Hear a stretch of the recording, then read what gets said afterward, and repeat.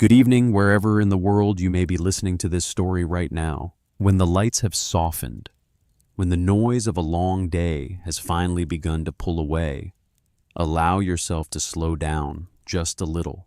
Tonight, we are not going to speak of a disaster remembered by an explosion, not a great flood that sends the whole world into panic, not the kind of moment when history is forced to shout in order to be heard. We will speak of a very different kind of disappearance, quiet, slow, and almost without a sound. There were places that were once communities. People lived there, worked there, grew old there, and were buried there. There were houses, roads, windows built to welcome the daylight. And then with time, those places were not destroyed. They were simply left behind. Today, when we see homes sitting lower than the ground around them, when we see rows of windows that seem to be swallowed by earth people, give that phenomenon a name: mud flood. But before we attach any meaning to it, before we choose to believe or to doubt, try something simpler. Not the question who caused this, but rather what truly happens when an entire community disappears. There are certain images which, once they take root in the mind, are very difficult to let go, not because they are violent, nor because they are shocking, but because they carry a faint sense of misalignment, too subtle to be named at first, yet persistent enough to draw the eye back a second time. Often, it is the image of an old house built of thick stone or brick with large windows and lines that suggest it was designed to endure. But what holds the gaze is not the building itself, rather its relationship with the ground around it. The lower portions of those windows sit beneath what modern intuition feels is reasonable. Not slightly low, but just low enough to provoke a question. Has the ground changed, or has the house? That feeling grows stronger when similar images appear again and again in different places. Not in a single town, but across many cities, many countries, even across continents. Streets where the ground floor of old buildings has become a basement. Stairways that lead downward into the earth instead of upward from the street. Doors once placed to open onto daily life, now opening directly into soil and stone. When these images are set side by side, detached from the local context and specific histories of each place, they begin to form a shared story, not through words, but through repetition.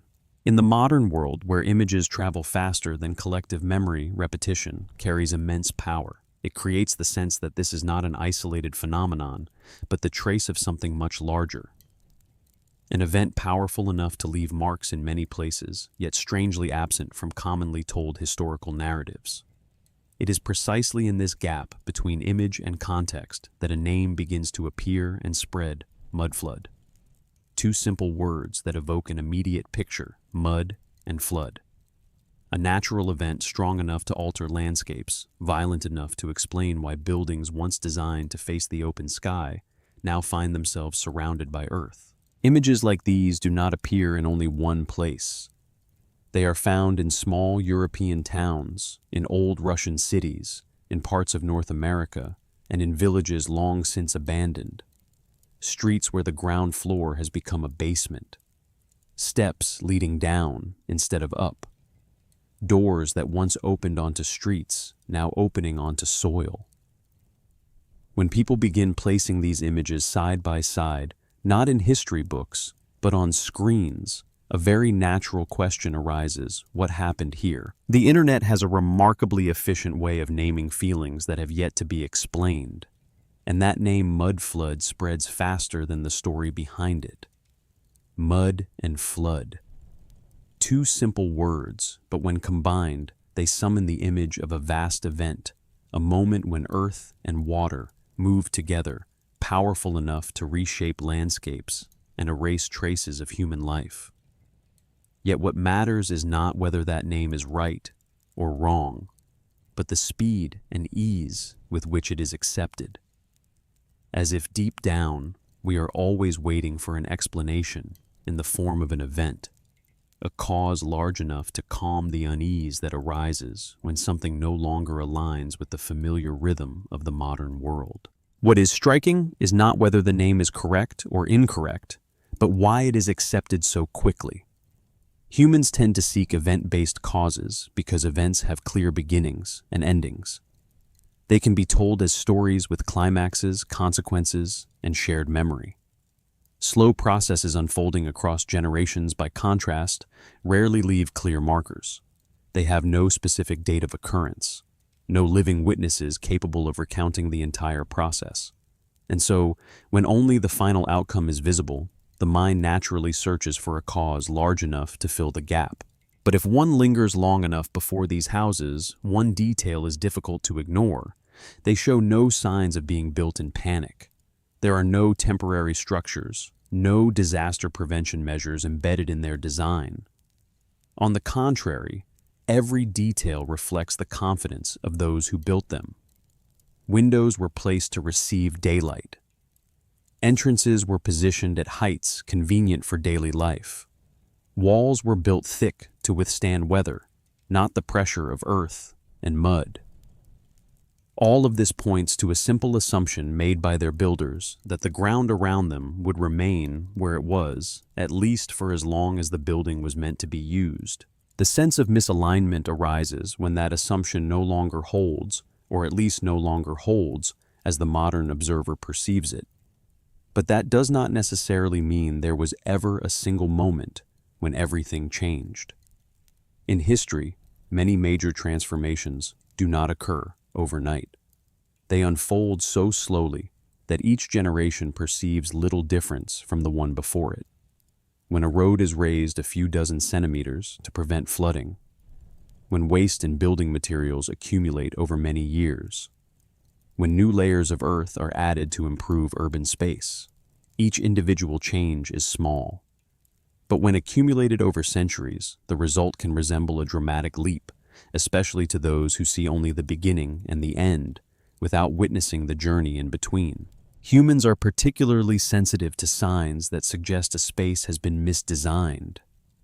A ceiling too high for its function, a step lower than expected, a window placed where light no longer enters as intended. Such details strike at our intuition of proportion and function, two things shaped by thousands of years of living in spaces built for the human body. When those proportions are disrupted, unease emerges, accompanied by the need for an explanation. Yet it is crucial to distinguish between mystery and lack of context. An image, when detached from its specific history, can tell many different stories. It can suggest catastrophe, sudden abandonment, or a forgotten event. But the image itself contains no information about process. It captures only a single moment in the long flow of time, a moment when slow changes have accumulated enough to become visible. For this reason, the power of these images lies not in what they prove, but in what they reveal about the limits of how modern humans approach history. They remind us that not every change is recorded as an event, and not every disappearance leaves a loud trace. Some communities do not collapse in fire and water, but simply lose their rhythm of life.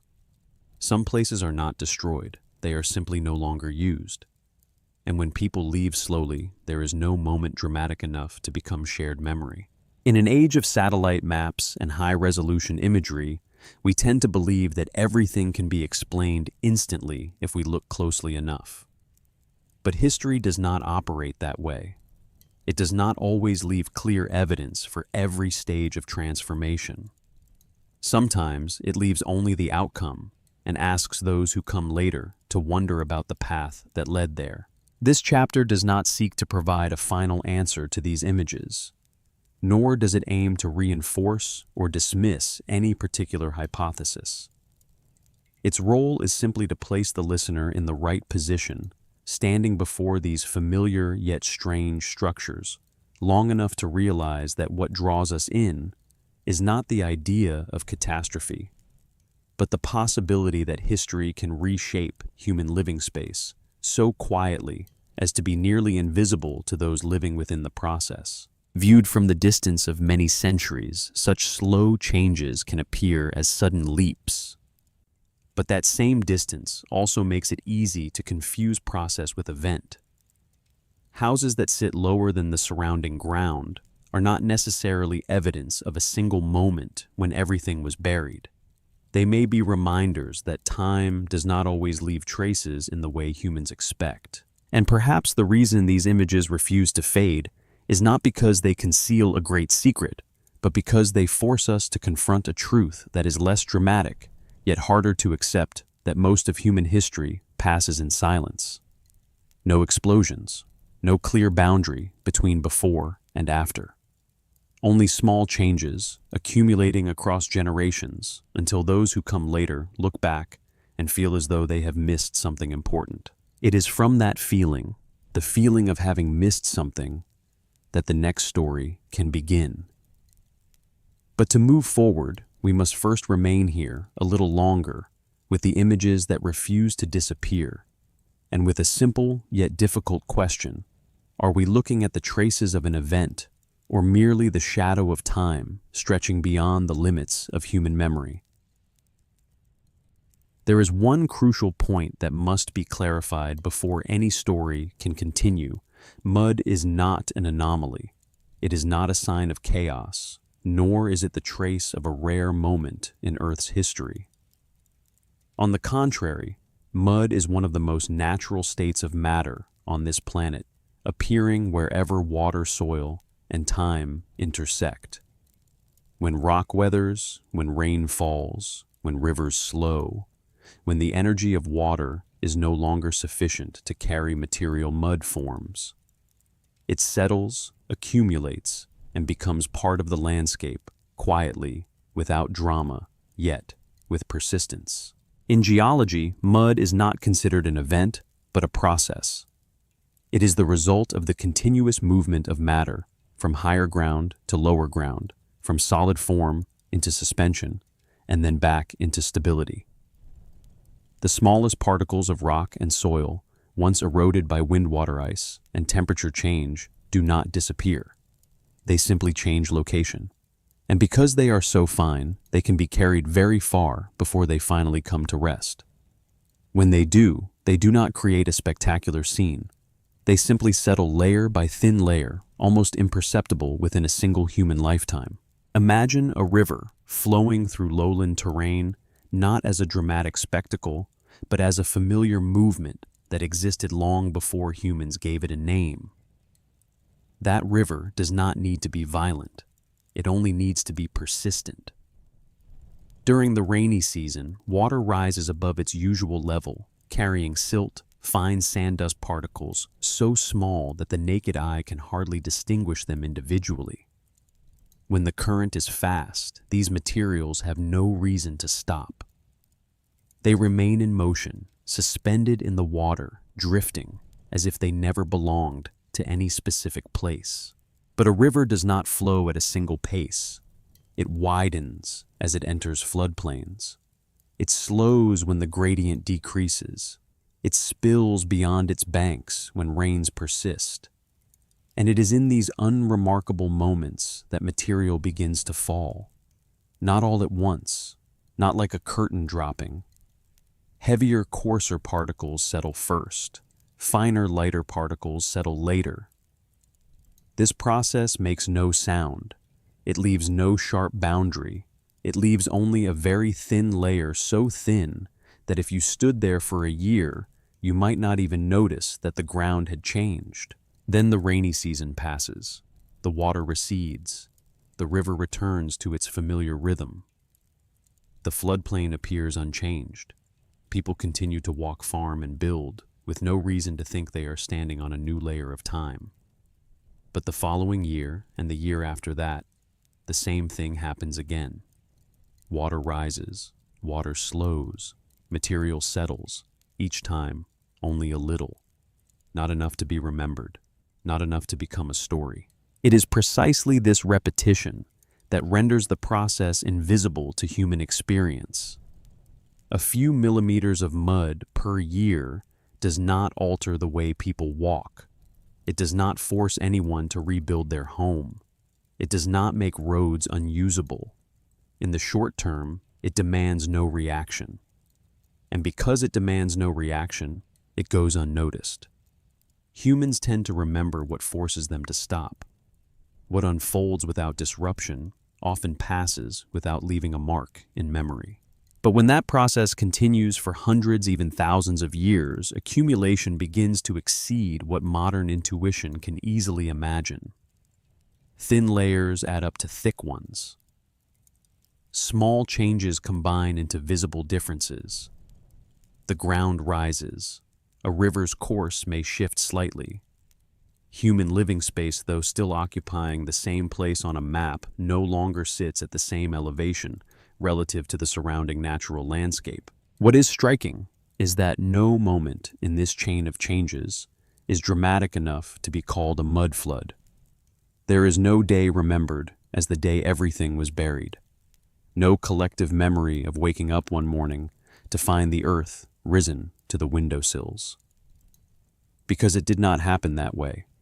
It happened in the gaps between generations, where individual memory is not long enough to encompass the entire process. And here, the difference between lived experience and retrospective observation becomes clear. Those living through the process perceive only small, scattered changes, never enough to assemble into a grand narrative. But the modern observer, standing at the end of that process and seeing only the final result, without direct memory of the intermediate steps, easily feels that something must have happened suddenly. Not because it truly was sudden, but because all of its slowness has been compressed into a single glance. That temporal distance creates a powerful illusion. When looking at sediment layers meters thick, the human mind instinctively searches for a cause of equivalent scale, a major event, an extraordinary moment. But in many cases, the cause lies not in intensity, but in duration. Not in the force of water over a single day, but in the patience of water over centuries. It is precisely this patience that modern imagination finds hardest to accept. We are accustomed to rapid change, clear timelines, and before and after, divided by events. But nature does not always operate according to that logic. For a river, there is no sharp distinction between one year and the next, only continuous motion and the quiet accumulation of what is left behind when energy is no longer sufficient to carry it away. Thus, when modern observers stand before the result of centuries of deposition, the unease they feel does not arise from something being hidden, but from the fact that the process does not align with how humans typically narrate time. It has no climax. It has no clear ending. It has only continuation. And within that continuation, the ground slowly shifts its position until one day someone looks down and realizes that the familiar world has become lower or higher than expected. In geology, there is no concept of mud falling from the sky under normal conditions. Mud always requires a source rock, weathered somewhere water to transport it, and a place calm enough for it to settle. Such places are often valleys, floodplains, river mouths, or any area where flow energy is lower than the surroundings. These are also precisely the places where humans have tended to settle early because they favor agriculture, transport, and long-term habitation. In other words, mud and humans often meet in the same places, not because mud attacks humans, but because both are drawn to similar conditions. When examining an area with thick mud layers, it is essential to understand that those layers do not represent a single moment in history. They are a chronicle written very slowly, each thin layer a line of time. In many cases, geologists can read that history by analyzing grain structure, mineral composition, and even microscopic fossils within the sediment. Such analyses reveal environmental change over time, years of heavy rainfall periods of drought, subtle river shifts, or small changes in surrounding vegetation. This leads to a common misunderstanding when modern observers encounter mud layers in historical contexts. Because mud is often associated with floods and personal experience, there is a tendency to link any significant accumulation of mud to catastrophe. But in geology, most sediment does not form through rare extreme events, but through ordinary processes repeated again and again. Large floods can leave clear traces, but they are neither the only nor often the primary mechanism responsible for thick mud deposits in many regions. Another factor that makes mud easy to misinterpret is its invisibility in daily life. Unlike large stones or coarse sand, fine mud can be compacted, dried, and become a stable part of the ground. When that happens, it no longer looks like mud. It becomes soil. And soil, in human experience, is often perceived as a static foundation, something that is simply there and rarely questioned. Only when soil covers something once familiar, such as the lower portion of a building, does attention return to it. It is also important to note that mud does not come only from rivers. Wind can carry fine dust great distances, especially during cold, dry climatic periods. When that dust settles and meets water, it becomes mud. Past glacial activity also ground rock into fine powder, leaving thick sediment layers when ice melted. These sources did not operate simultaneously everywhere, but across Earth's long history, they have contributed to many landscapes where humans now live without recognizing their origins. One important characteristic of mud, often overlooked when it is interpreted as a disaster, is its ability to accumulate without destroying what lies beneath. Unlike molten lava, which erases everything in its path, or massive landslides that can collapse entire mountainsides in minutes, fine mud follows a very different logic. It does not arrive as an attacking force. It arrives as a covering, and if the process unfolds slowly enough, it does not need to destroy in order to reshape the landscape. As mud settles in thin layers, the pressure it exerts is evenly distributed across the surface below. There is no sudden impact, no immediate imbalance. Well-built structures with thick walls and broad foundations can withstand such change without showing obvious signs in the short term. In many cases, the presence of mud can even create a sense of stability as it fills small voids, compacts the ground, and forms a new surface that appears solid. For this reason, slow accumulation of mud does not force people to abandon their living space immediately.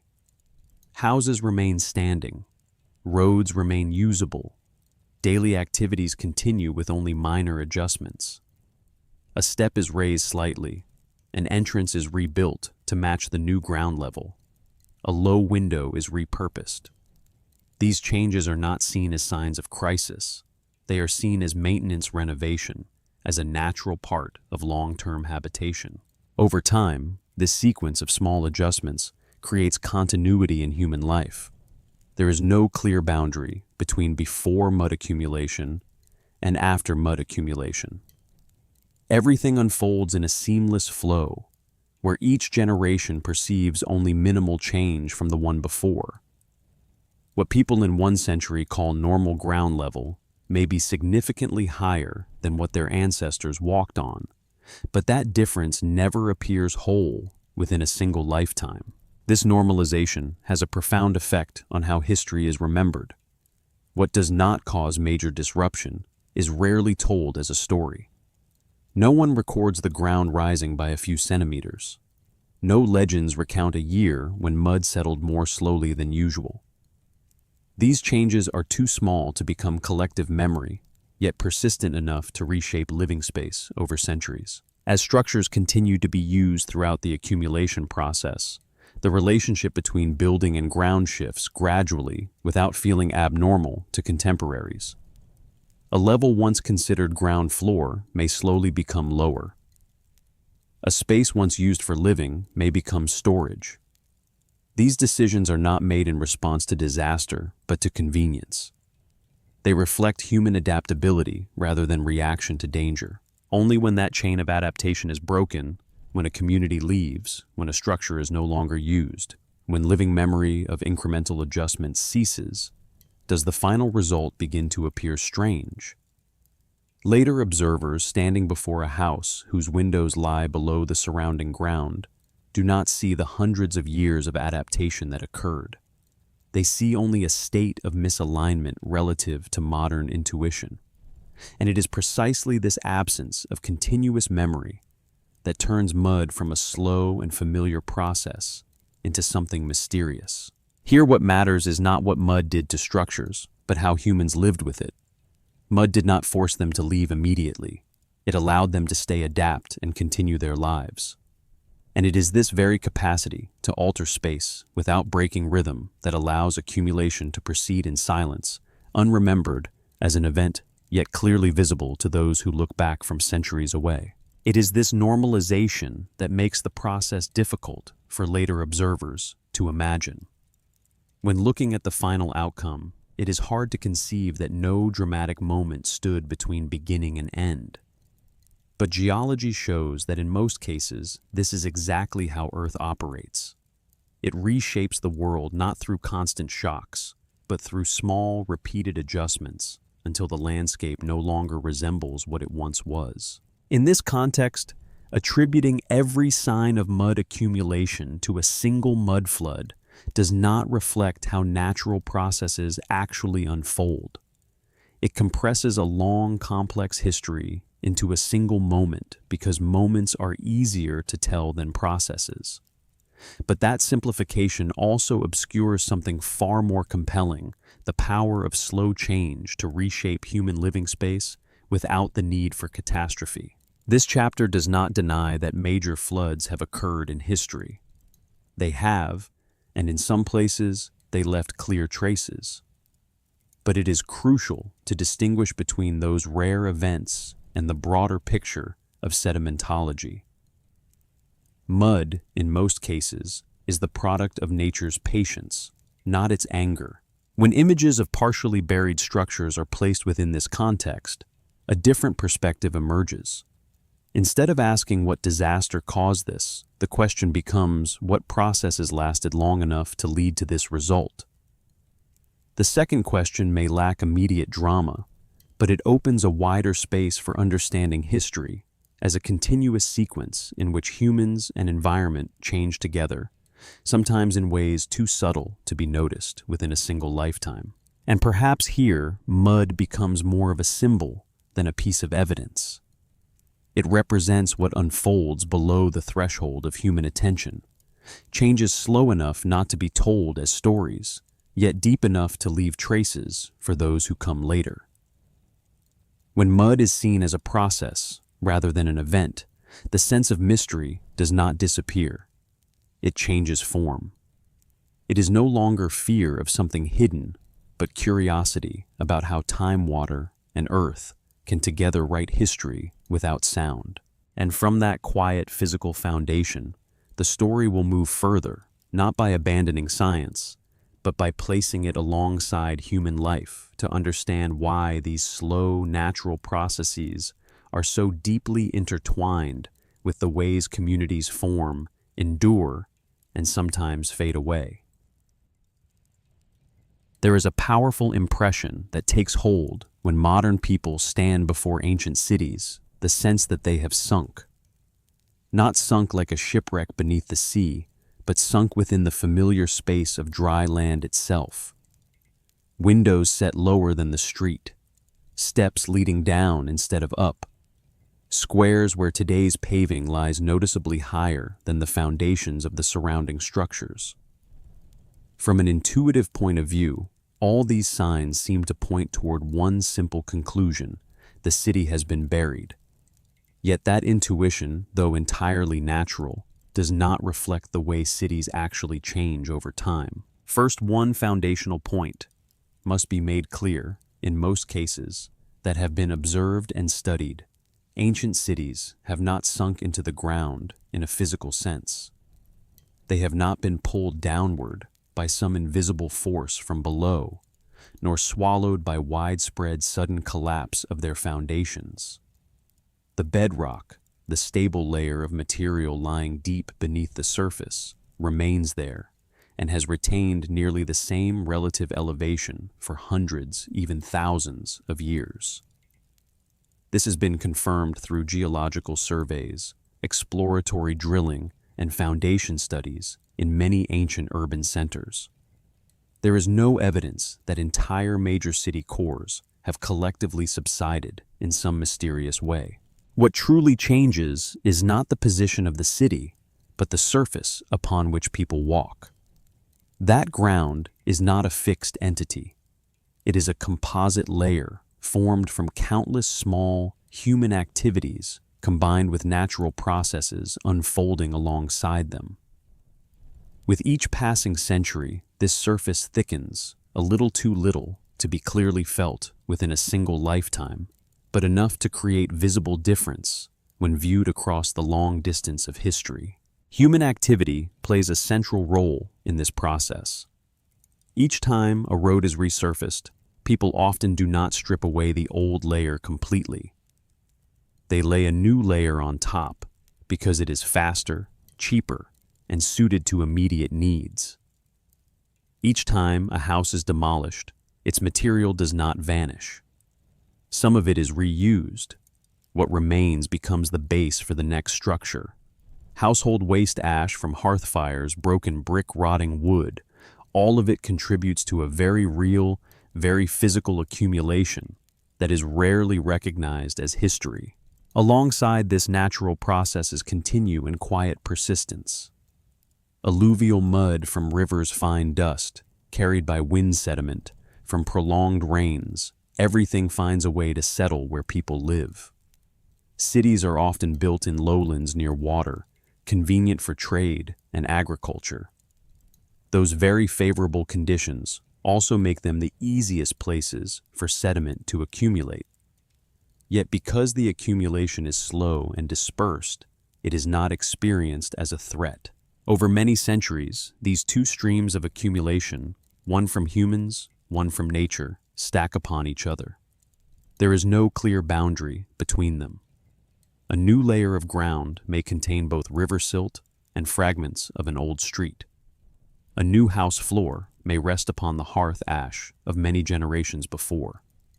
And because this process unfolds continuously, there is no moment that marks the beginning or end of the raising of ground level. It simply continues. This creates a subtle shift in how people experience space. Each generation grows accustomed to the ground level of its own time. They build, walk, and live upon the surface they accept as normal. The difference from the generation before is too small to notice. No one wakes up one morning and realizes their city is a few centimeters higher, and therefore no one tells that story. Only when the chain of use is interrupted, when an area is abandoned, when a structure is no longer repaired or adapted, does the disparity in elevation become obvious. Those who come later, without memory of the slow accumulation, see only the final result. Windows set unnaturally low steps, descending into earth spaces, once designed for everyday life, now lying below the level of the present. From that perspective, the feeling that the city has sunk is entirely understandable. But in truth, the city did not sink. People raised the world around it little by little through a process so long it was never remembered as a story. This reveals an intriguing paradox of urban history. The most profound changes often do not come from great catastrophes, but from small adjustments repeated again and again, done for reasons that are practical and ordinary. And when we look back, it is precisely that ordinariness that makes the past appear mysterious, when in fact it is only the result of time accumulated with patient persistence. A city is not a static object. It is an accumulating system. Each generation living within it leaves material traces. New houses built, old houses torn down, roads, repaired domestic waste, piled up, building materials reused. In pre-modern periods, very little was ever cleared away completely. Most material did not leave the city. It simply changed position. An old wall dismantled might become the foundation for a new wall. A broken road might be resurfaced directly atop the old layer instead of being excavated and removed entirely. This process repeats across centuries, and with each repetition, street level rises a little. Not enough to command attention within a single lifetime. Not enough to force anyone to record it as an event. Yet enough to create a striking difference when viewed across many generations.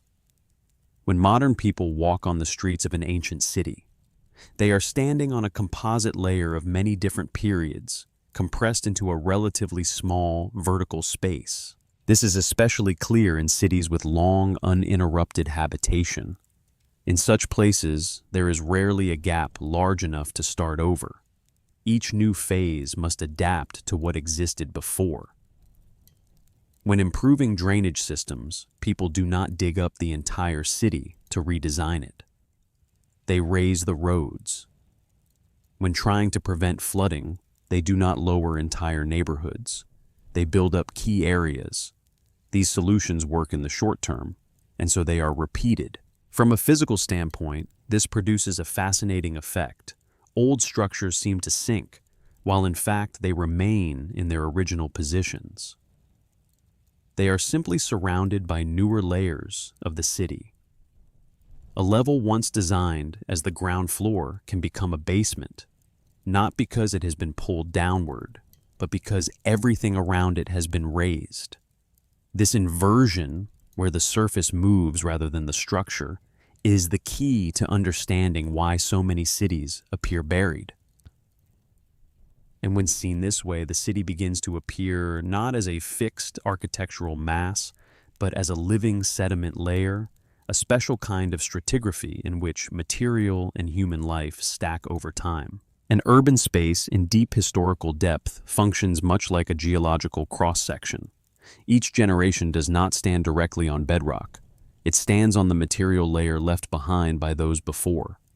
That layer includes not only soil and mud, but old street stones, leveled floors, buried foundations, abandoned drainage systems, and countless fragments of daily life slowly accumulating within living space. No layer announces itself as a historical layer. Each is simply a temporary solution to the needs of the present, but once the present passes, it becomes the material past. What makes a city different from a natural landscape is that this accumulation is not passive. It is guided by human decisions. When a road deteriorates, people do not dig down to the old base to restore the original state. They patch, they fill, they lay another layer. When a housing block decays, they may remove what is above, but what lies below is often kept as a convenient foundation. Those choices, taken individually, are entirely reasonable. But repeated across centuries, they produce an artificial stratigraphy where the past is not erased, but buried by the very effort of continuing construction. In a continuously living city, there is almost never an empty moment. There is no span long enough to clear every trace and begin again from nothing. The city must grow by stacking upon itself. Each time it does, the average elevation of lived space rises a little, not to commemorate the past, but to serve the present.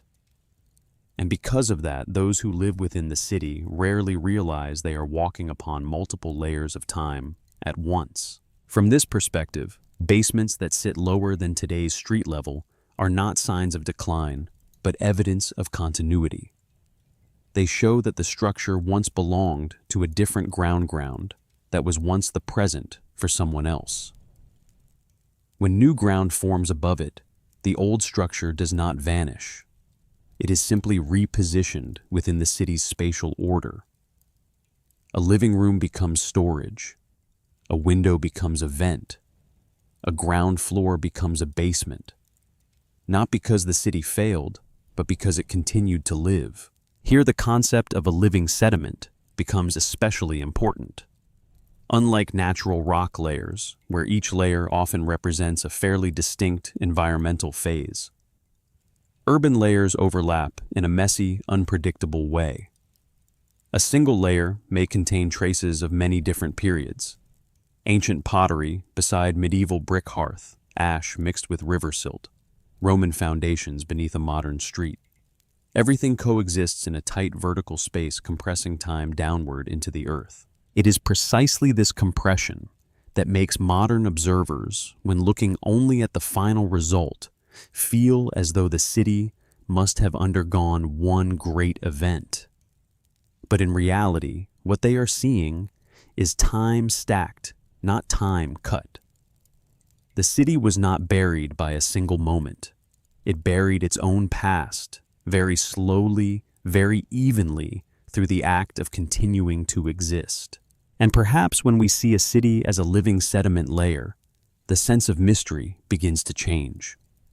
It no longer feels like suspicion that something happened and no one told the tale, but recognition that most history is not experienced as history. It is experienced as ordinary life.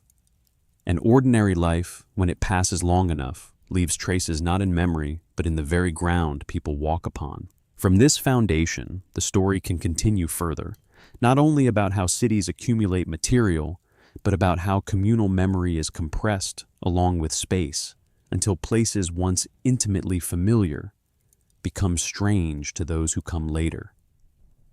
And it is within that distance between space that still exists and memory that has vanished that the feeling of a sunken city truly takes shape. Another element that contributes to this illusion is the shift in building standards. Ancient cities were often built with elevations and proportions different from what modern people are used to. Streets may have been narrower, lower. Ground floors may have sat closer to the earth because requirements for sanitation, drainage, and transportation were not the same as they are today. When new standards emerged, they did not fully replace the old. They were layered on top. And with each layer, the distance between old and new grew a little more. It should also be noted that in many cases, the raising of street level did not occur evenly. Some areas were prioritized more than others. Main thoroughfares, central squares, commercial districts were often upgraded first. Smaller residential zones, alleys, and less used structures could be left behind at older elevations. This unevenness creates the sense that some parts of the city sank deeper than others, when in reality they simply were not raised at the same rate. As long as buildings continued to be used throughout the process, the change remained almost invisible to contemporaries. A doorway would be rebuilt slightly higher. A step would be added. A low window might be converted into a vent or storage opening. Such adjustments were not seen as signs of major transformation. They were seen as maintenance, renovation, ordinary acts of urban life. And it is precisely that ordinariness that prevents the raising of ground level from being remembered as a distinct story. Only when use is interrupted, when a building is abandoned, when an area is no longer inhabited, does the elevation gap become clear. Later observers without memory of the small adjustments that occurred see only the final outcome, a structure with an unusually lower level, an old street lying far beneath the present one.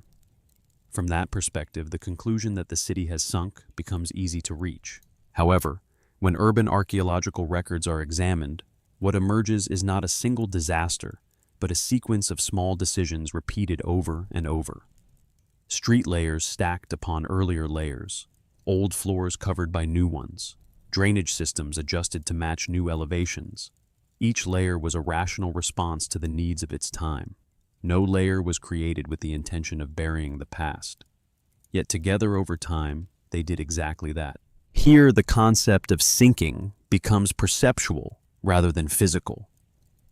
The city did not sink down. People raised the ground around it. And because the process was slow, it left no clear marker in collective memory. Looking back from the present, that long process is compressed into a single impression that something happened which left the city lower than the world around it. This points to an important limitation in the way humans understand history through images. A photograph of a basement lying below today's street cannot by itself narrate centuries of resurfacing, repair, and restructuring. Not because the story is hidden, but because it does not exist as a single event. It exists as a continuous sequence of practical, deeply human choices. And perhaps here, the sense of mystery begins to dissolve, making room for something else: awe at the capacity of cities to accumulate time.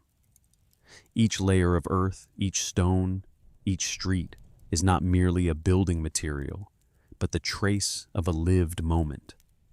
When those traces stack, they do not vanish. They are simply covered by the present. So, when we say an ancient city appears sunken, that does not reflect failure or catastrophe.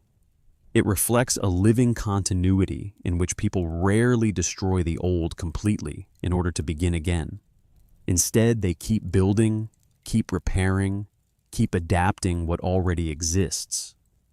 And it is that continuity, not collapse, that produces the illusion of a buried city. If Chapter 2 shows that mud is a slow process of nature, then this section shows something similar in human life. Cities do not sink because nature defeats people. They sink because people continuously adjust their living space, little by little, until the past no longer sits at the same elevation as the present. And from that foundation, the story can move further away from the physics of earth and stone and into the history of decisions, memory, and departure, where communities, not cities, are the ones that truly disappear. The 19th century marked a very particular turning point in urban history, not because humans suddenly invented the city, but because for the first time they began to restructure cities that had existed for a very long time on a scale large enough to leave clear traces for the centuries that followed. If earlier periods were eras of slow accumulation, almost invisible, then the 19th century was the moment when that process accelerated, became organized, and was recorded in text maps and policy. What is important to understand is this: when cities entered the 19th century, they did not begin from emptiness, nor did they stand before a blank drawing waiting to be arranged. They carried the full weight of their own history, not as memory, but as matter.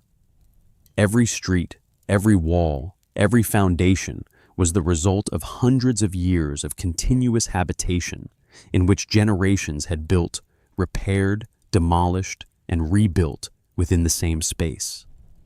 By that point, the city had already become a dense accumulation of time. Narrow, winding roads were not signs of backwardness. They were products of a different logic, the logic of an era when movement was mostly on foot, by slow carts, when space was optimized for small communities and intimate proximity. Aging drainage systems, though, they do not meet modern standards once worked well enough for the original scale of population. Crowded housing did not exist because of a lack of planning, but because of the need to live close to water, close to markets, close to work. In that context, layered construction was not carelessness, it was adaptation. Foundations sitting at different elevations reflect the city's uneven history of growth. Each district expanded at a different time under different conditions. One neighborhood was built when water levels were lower. Another emerged after the ground had already been raised. There was no reason to synchronize everything because the city was not imagined as a unified whole requiring absolute uniformity. It was an assemblage of loved fragments joined by need, not by a single master plan. For many centuries, these very characteristics were sources of urban strength. They allowed cities to adapt flexibly to economic, climatic, and political shifts. When one area struggled, another continued to function. When one route no longer fit, another path opened. The city lived like an organism without requiring coordinated intervention, relying instead on the community's capacity for continuous self-adjustment. But the 19th century brought a fundamental change in the pace and scale of urban life. Population no longer increased slowly over generations, but surged within mere decades. Commerce was no longer limited to local boundaries, but expanded through national and international networks. Goods moved in larger volumes faster, demanding broader space. Roads that had once sufficed for horse-drawn carts became too narrow for the new circulation. Neighborhoods once suited to small communities became overcrowded. At the same time, the concept of public health began to shift. Things once accepted as part of life, open-flowing wastewater, damp air, and tightly packed housing, accumulating household refuse, were now seen through a different lens. People began to link living environments to disease lifespan and quality of life. Structures, once expressions of adaptation, were now viewed as sources of risk, not because they were wrong, but because the context had changed. This shift did not unfold as an immediate overthrow. It happened in perception before it happened in matter. Old roads did not collapse simply because they were narrow. Old housing blocks were not instantly demolished merely because they were dense. But they gradually became associated with a new image, an image of incompatibility with the future the city was moving toward. And when that image grew strong enough, it generated momentum for larger, more organized interventions.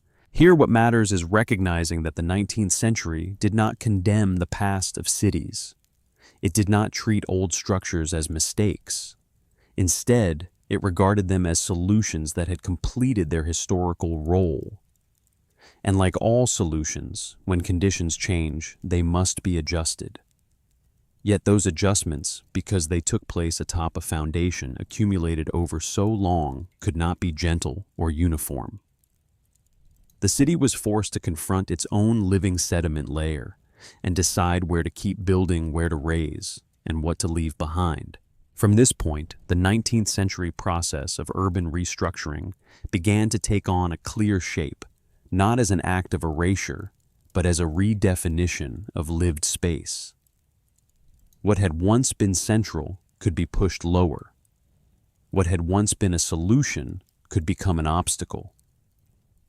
And through that process, the city continued to transform, not because it was failing, but because it was trying to keep existing in a world that was changing faster than ever before. And it is precisely at the intersection of rapid population growth, recurring epidemics, and new ideas about sanitation that the motive force of 19th century urban restructuring becomes clearer than ever. For many centuries before, cities lived alongside illness as an inseparable part of urban life.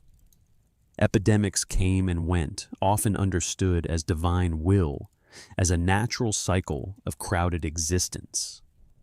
But as the 19th century began, what changed was not only the frequency or scale of disease, but the way people began to interpret its causes.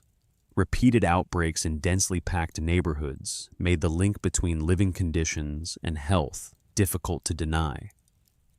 Stagnant air, pooled wastewater, crowded housing factors, once accepted as normal urban conditions, were now placed under suspicion. Population pressure was what turned suspicion into something more than theory.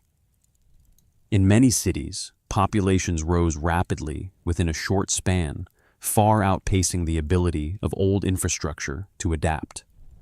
Narrow streets did not only inconvenience movement, they also blocked light and hindered airflow. Dense housing did not only lack space, it also became an ideal environment for disease to spread. Old drainage systems, designed for a far smaller scale, began to overload, so domestic waste was no longer carried away effectively.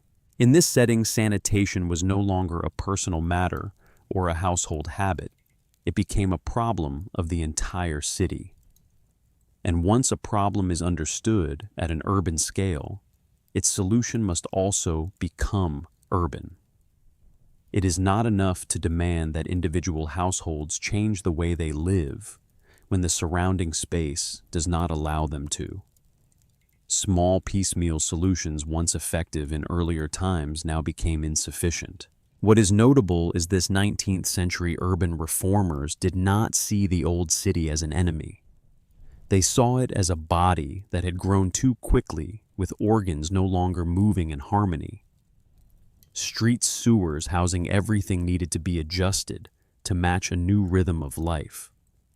And because one could not dismantle each part without affecting the whole, interventions had to become larger in scale, more coordinated. In that process, raising street levels and reorganizing public space became practical solutions. Raising roads improved drainage, reduced stagnation, and created cleaner surfaces. Widening streets was not only for traffic, but also allowed light and air to penetrate deeper into the city. Squares and open spaces were treated as new lungs of the urban body, not as a romantic metaphor, but as a direct response to sanitation pressures and population density. However, these changes did not unfold without consequences. When street levels rose, old buildings did not rise with them. They were resituated within a new context where their elevations no longer matched the new standards. A floor once dry became damp. A doorway once convenient now needed extra steps. Small adjustments continued to be made to adapt, but not every structure could keep pace with the speed of transformation. For those living in that era, the process did not feel like an instant revolution. It was experienced as a long sequence of construction noise dust and gradual changes in how space was used. Yet in the long run, it altered the way the city functioned at a foundational level. Areas that could not be improved or were not prioritized were gradually left behind. Places once crowded became less attractive than newer districts, higher and cleaner. From here, a new boundary began to form within the city, not between old and new by time, but between what was compatible and what was no longer compatible with the 19th century's standards of sanitation and population. That boundary was not always drawn by rigid law. It formed through investment decisions, through infrastructure priorities, and through the slow movement of residents. And in that process, certain spaces did not disappear because they were destroyed, but because they were no longer chosen. From the pressure of disease and population, the city began to restructure itself, not to erase the past, but to survive in a new present. Yet those very efforts unintentionally created overlapping layers of space in which one part of the city continued developing above, while another gradually sank beneath the threshold of everyday attention. And from here, the story will move one step further, from the city's changing shape to the way people changed their positions within it, sometimes very quietly and not always with a path back. The 19th century was the moment when many cities were forced to confront their own material history. Disease spread quickly through crowded districts. Wastewater and domestic refuse could no longer be absorbed naturally as before. Streets were too narrow for the movement of goods and people at a new scale. These problems did not appear suddenly, but by the 19th century, they became severe enough that they could no longer be addressed through small adjustments. The city required systemic intervention. Yet restructuring in the 19th century did not mean destroying the past entirely in order to rebuild from scratch. In most cases, that was impossible economically and socially alike. Instead, cities chose to build further upon themselves, but with greater speed, larger scale, and deeper intervention than in previous centuries. This was when streets were widened in large numbers, road surfaces were raised to improve drainage, and new infrastructures were embedded within older material layers. One of the most striking features of this process was the raising of urban street levels. Not everywhere, and not uniformly, but widespread enough to become a general trend. In many cities, older streets were retained as a base, while new surfaces were built above them, sometimes tens of centimeters, even a full meter higher than before. This addressed multiple issues at once, reducing flooding, covering accumulated filth, and creating surfaces better suited to modern circulation.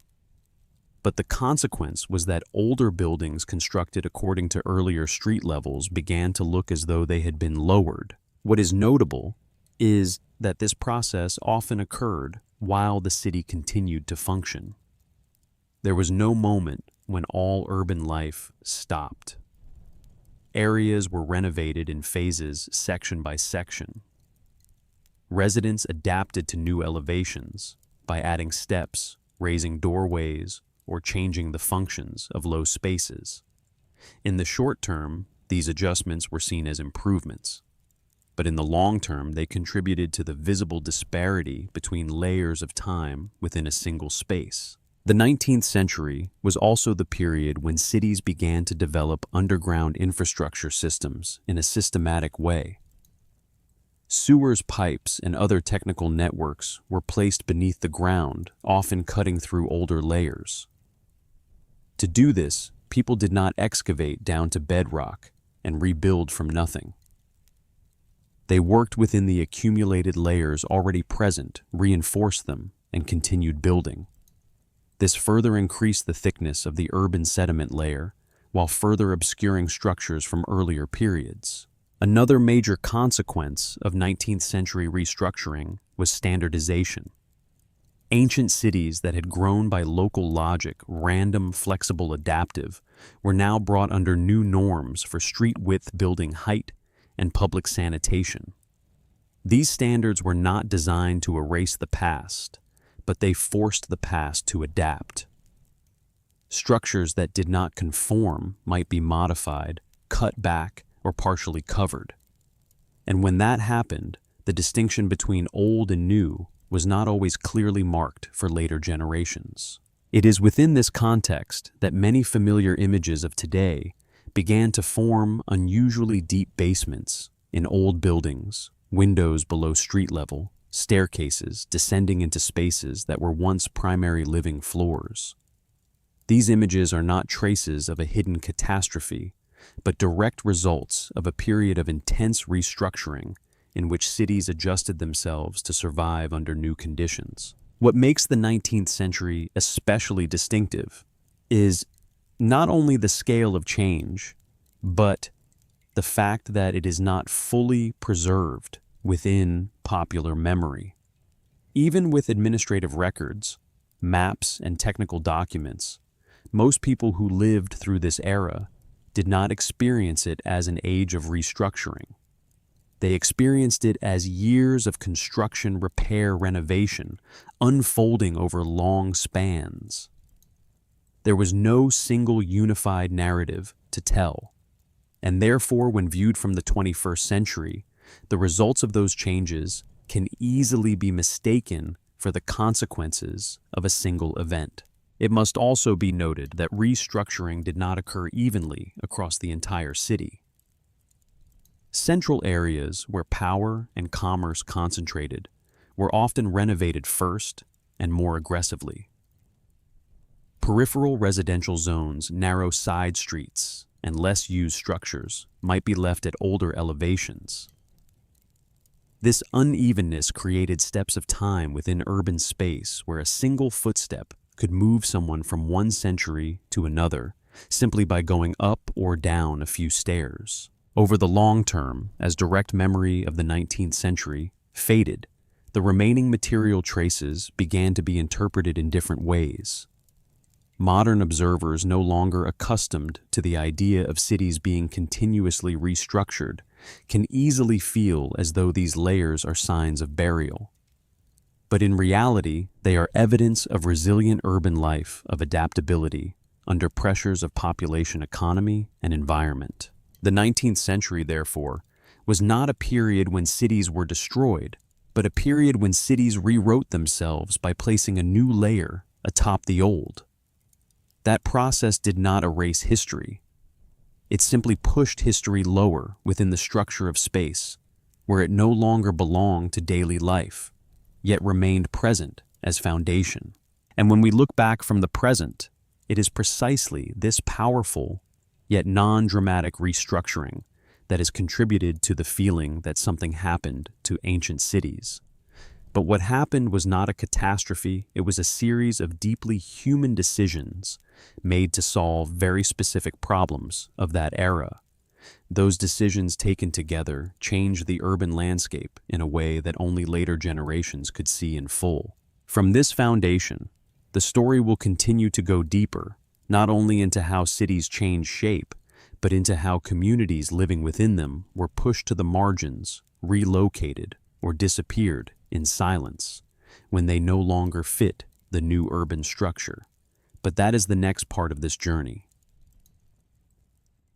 There is a very common assumption when people think about the disappearance of a community that it must come with panic, that there must be screams cutting through the night, that there must be lines of people rushing away, carrying whatever they can hold in their hands, that there must be firewater or violence, something intense enough to split before and after into a clean, undeniable divide. We are used to stories like that because they are easy to retell. They have a clear beginning, a climax, powerful images, and a reason that requires no further explanation. People leave because they are forced to leave immediately. But history, when read more slowly and more carefully, shows that this is not the most common form of disappearance. Far more common and far harder to recognize is the kind of community that does not run because it has no reason to run. There is no alarm bell, no collective moment of decision, no final day marked on the calendar. Only a long chain of small choices scattered through everyday life, so ordinary that no one feels they are participating in a departure. In cases like these, disappearance does not arrive as a shock, but as a gradual thinning. The space remains. The houses still stand. The road still connects one place to another. But the number of people using them slowly declines. A family moves away because work elsewhere is more convenient. A young person does not return after building a life in a new city. A shop closes because there are no longer enough customers. Taken individually, none of these events carries the shape of disaster. They look like ordinary things, normal, familiar motions within life. What makes this form of disappearance so difficult to notice is the absence of urgency. No one wakes up one morning and says, "This community is ending." Instead, each person is simply solving their own problems within their own circumstances. And because there is no shared moment to remember, no collective memory of leaving, later history has no clear story to tell. Human beings tend to remember what interrupts their lives suddenly. What happens slowly, even when it leads to profound change, often passes without leaving a sharp imprint in memory. A community can exist in a state of almost still there for decades. There are still people living. There is still activity. But each year, the pulse weakens a little. And because that weakening never crosses a threshold large enough to shock it, is not recognized as a historical event. And that is why, when those who come later look back, they often cannot find an answer to the question, what happened here? There was no battle, no great natural disaster, no decree ordering relocation, only absence. An absence, when it is not explained by a clear event, is easily misunderstood as something mysterious or something concealed. But the truth is often simpler and sadder than that. These communities did not disappear because they were driven from their homes. They disappeared because there was no longer a strong enough reason to stay. When the possibility of a better life appears elsewhere, people do not need to run. They only need to choose. And when that choice is repeated enough times by enough people, a place that was once full of life can become quiet without any dramatic moment at all. Here, disappearance is not an act but a consequence. It is not decided in a single day, but formed in the gaps between generations. Those who leave do not carry with them the story of their leaving, because for them it is not an escape. It is simply the next life. And when no one remains to tell the story of that place, history is left with only material traces, houses, roads, foundations without a voice to explain them. It is precisely in this gap between matter that still remains and memory that has vanished that the sense of mystery begins to appear. Not because something extraordinary happened, but because what happened was too ordinary to be remembered. And that is why, in so many cases, communities do not disappear in the noise of panic, but in the silence of deeply human choices. There is no final day recorded, no morning when the whole town wakes and decides to leave. Only small choices repeated year after year. One family moves first. One shop closes. One road is traveled less. One school merges. One church opens only on special occasions.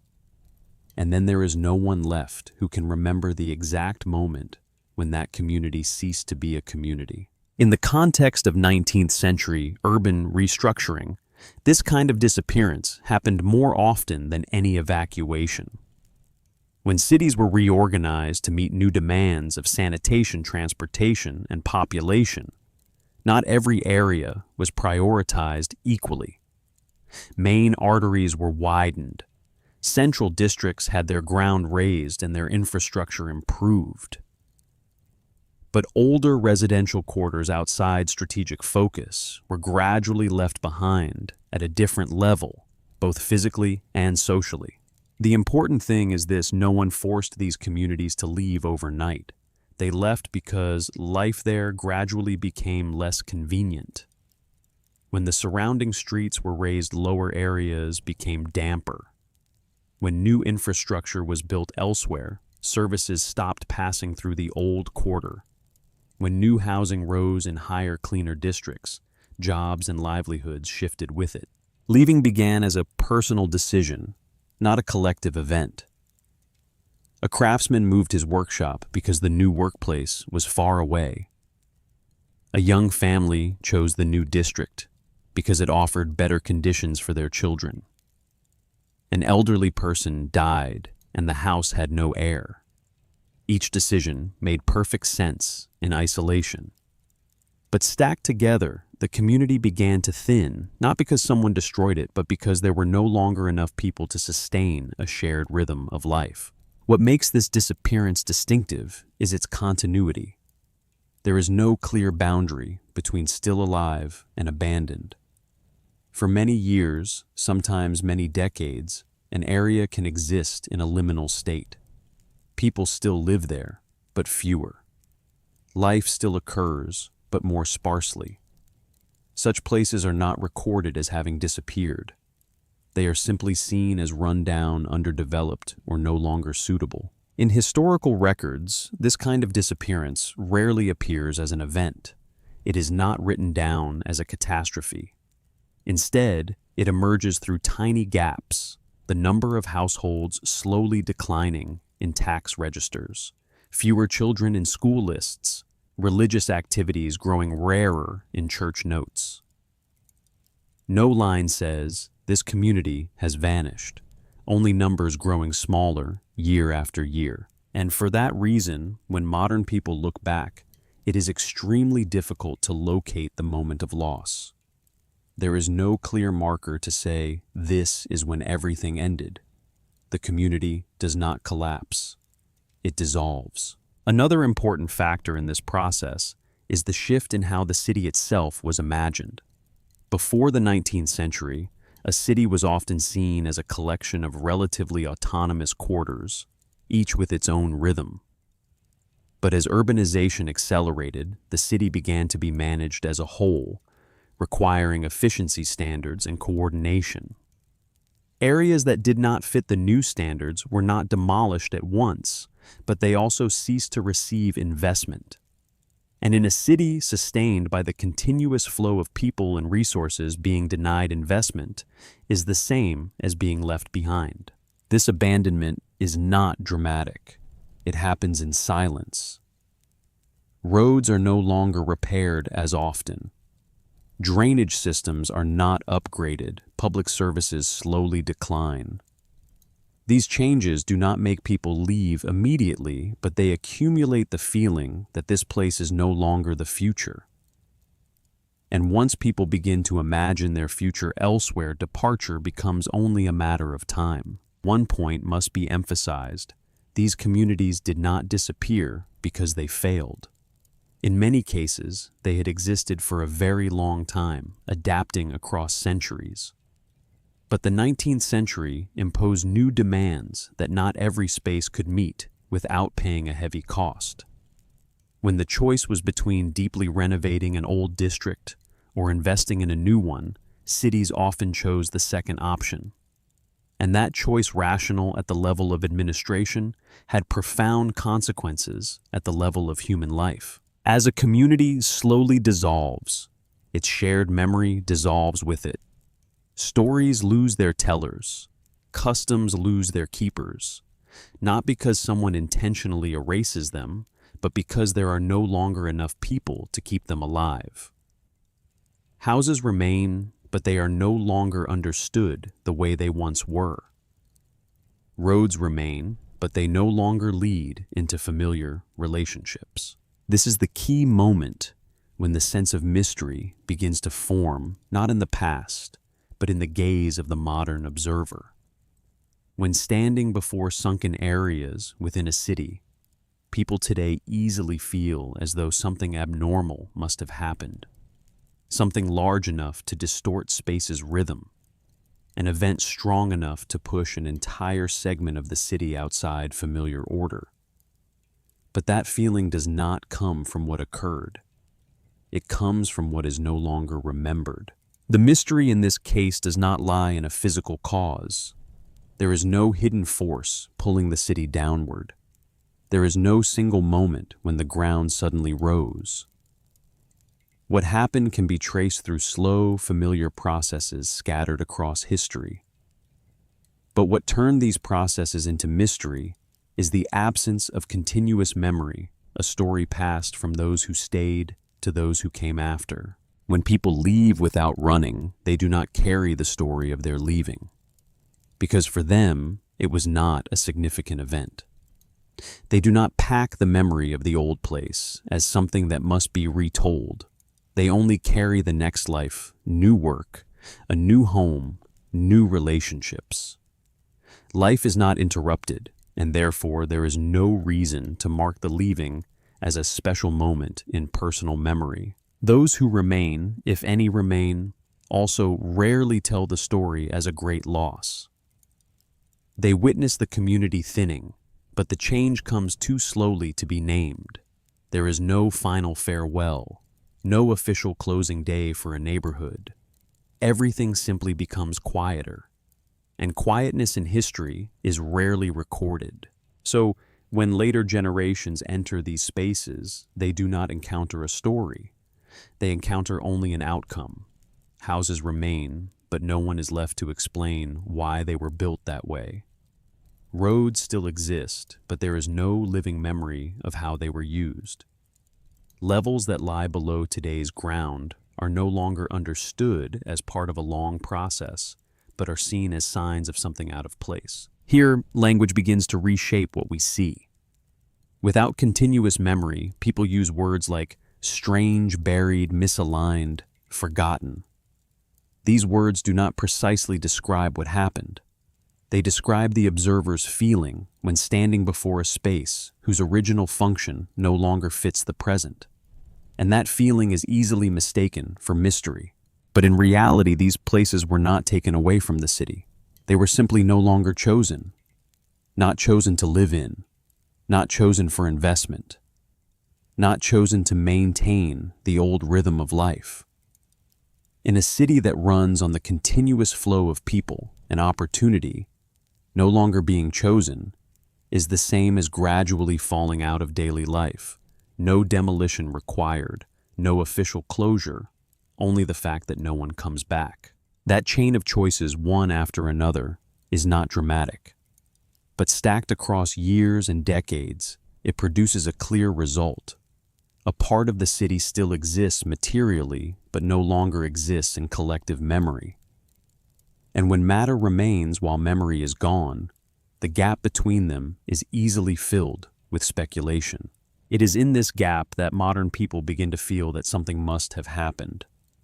But what happened was not a hidden catastrophe. It was ordinary life extended so long it became invisible. It was the result of hundreds of small, reasonable decisions made by people simply trying to live better within their circumstances. And perhaps what haunts these spaces is not that they conceal a great secret, but that they force us to face a harder truth. History is not always told through great events. Sometimes it is written through silence, through places where no one is left to say we once lived here. Seen from the distance of the present, that disappearance can look like a mystery. But when set back into the slow rhythm of the 19th century, it appears as an almost inevitable consequence of urban restructuring. The city changes not only by building more, but by allowing certain places to grow quiet. And within that quieting, communities vanish, not in noise, not in smoke and fire, but in the space between generations. What remains is not the trace of a catastrophe, but a deeply human question: who once lived here, and why did they not stay? From here, the story will take one final step, not only looking at the places people left behind, but at the way history remembers or fails to remember that leaving, and why that silence is so easily mistaken for something hidden. When people have already left, the first thing that disappears is not the houses, but the voice. The roads are still there. The walls still stand. But there is no one left to tell how they were once used, who once lived there, what ordinary routines once unfolded there. And when the voice is gone, the next thing history clings to is not memory, but paper. Abandoned villages rarely vanish completely from the records. Before they emptied, they were administrative units, communities with names, boundaries, obligations, and rights. They appeared regularly in tax ledgers, in household lists, in church registers, in maps drawn for the purpose of governance. And when people leave without running, those records do not stop abruptly, they thin. In the tax books, the first signs are often very small. The number of households drops. Revenue declines. A few lines are crossed out and then not replaced. There is no note saying this village has been abandoned. Only numbers growing smaller year after year. To the clerk of the time, it is not a story worth telling. It is ordinary change inside a system far larger than any single place. But to someone reading centuries later, those small numbers are the first clues. The church and religious institutions leave a different kind of trace, slower but enduring. Baptismal records, marriage registers, burial lists reflect the pulse of a community in a way that is not directly economic. When a place begins to thin, baptisms decline first. There are fewer children, then marriages. Finally, burials become the last entries that still appear with regularity, not because the community is still alive, but because the last people are growing old. When those entries also begin to thin and then vanish, there is no announcement of an ending, only a blank space. In many cases, it is precisely this gap between paper that remains and life that has withdrawn that confuses the modern eye. We are used to a world in which every administrative unit has a clear date of creation and an officially recorded end. A city is founded by decree. A district is dissolved by decision. A village disappears from a map after an update.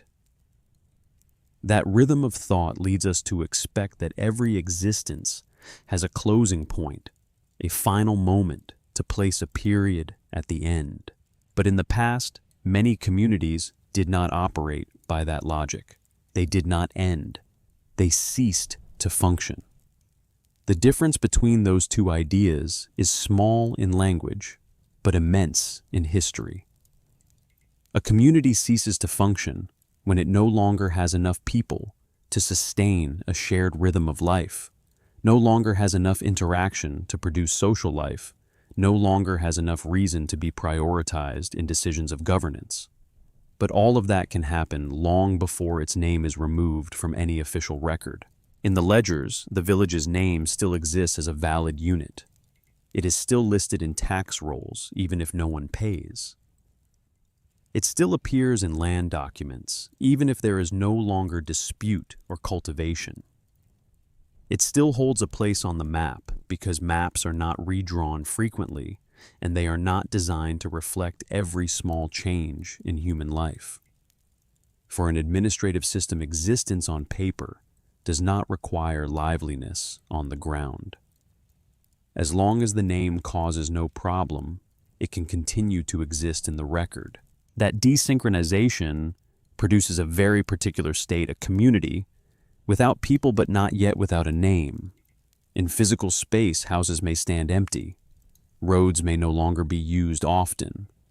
But in administrative space, the place remains a recognized point, even if there is no one left to represent it. There is no dissolution ceremony, no official notice that this place has ceased to exist. Quite simply, there is no one left to do it. To those living at the time, this was not confusing. A governing system contains countless units, and the quieting of one place is rarely an urgent priority. But to those who come later, especially those accustomed to complete up-to-date data, this state looks like a riddle. How can a place exist on a map when no one lives there?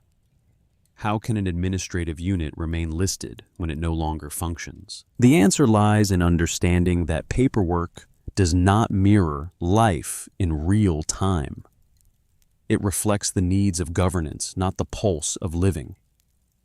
A village is not erased simply because it has fewer people. It is erased when there is an administrative reason to do so, when mergers are needed, when boundaries must be redrawn, when a specific problem must be resolved.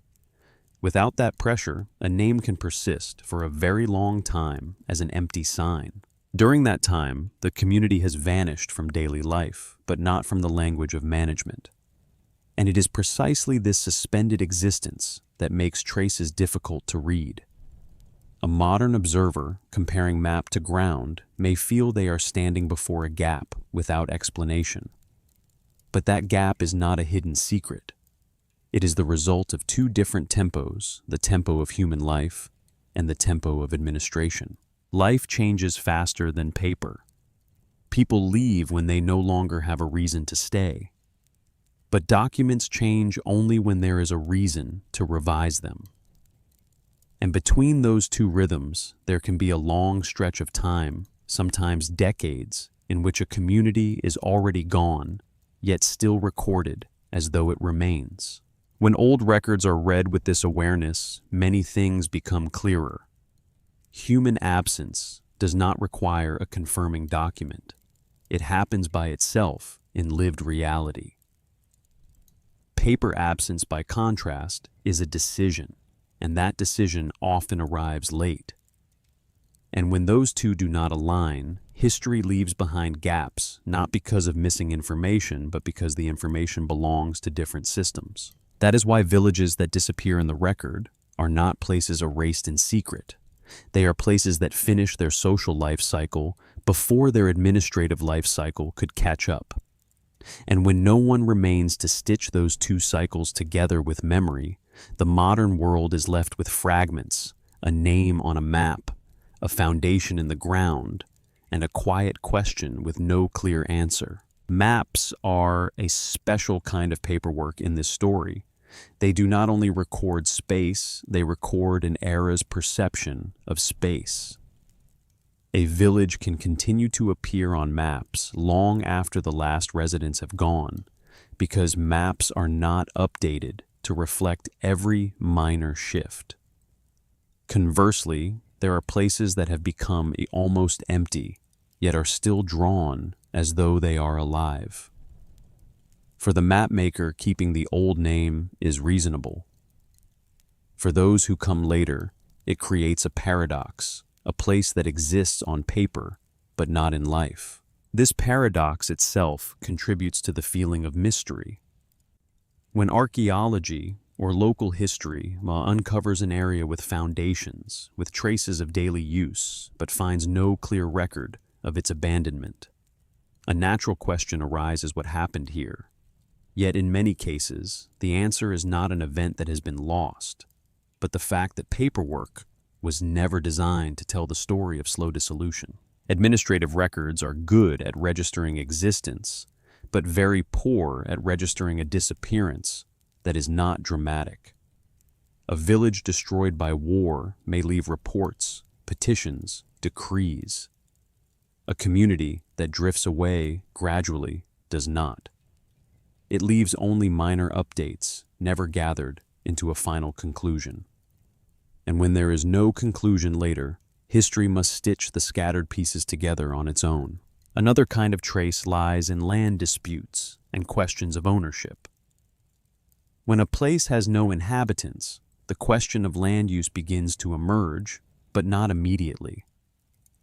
For many years, sometimes many decades, land may not be actively used. No one pays taxes, no one cultivates. And then, when outside demand appears, old files are opened again. The village name returns in new documents, not as a living community, but as a legal object. At that point, the village exists on paper in a way entirely different from the way it existed when it still had people. What is striking is this: very rarely is there a single document that says this village has been abandoned. Instead, abandonment must be inferred from the convergence of many weak signals: less tax, fewer rituals, fewer notes about repairing roads, fewer local disputes, and finally, silence, not absolute silence, but relative silence. The name remains, but the activity does not. For modern readers accustomed to complete and continuously updated data, this kind of trace is easy to misunderstand. We look for a moment, a decisive document, a concluding line. But in many cases, such a line was never written, not because someone intentionally hid it, but because no one saw a need to write it. For those living then, departure happened too slowly to be named as an event. And that is why when abandoned villages are rediscovered later through archaeology, through local research, it can feel as though they vanished mysteriously. Yet the mystery is not a lack of data. It is the way the data exists, dispersed, unsynchronized, and not told as a single story. Paper records, when read in the right rhythm, do not tell of catastrophe. They tell of contraction. They show how a community slowly withdraws from the official life of city and nation before it withdraws from physical space. Before houses stand empty, the community has already been forgotten in administrative priorities. Before roads decay, they have already ceased to be noted for repair. Before the village name disappears from newer maps, it has already become less important in lived reality. Here, paperwork does not serve as a witness to a dramatic instant, but as a ledger of quietness. It does not shout that a place has died. It whispers that a place has slowly ceased to be mentioned.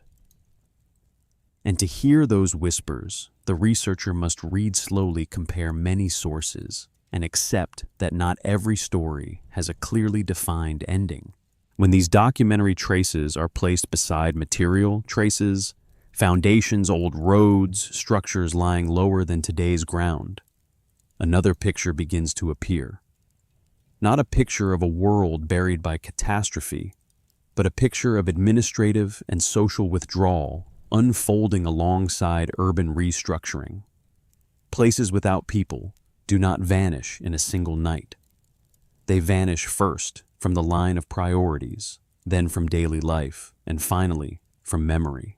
And perhaps the most haunting thing here is a very quiet paradox.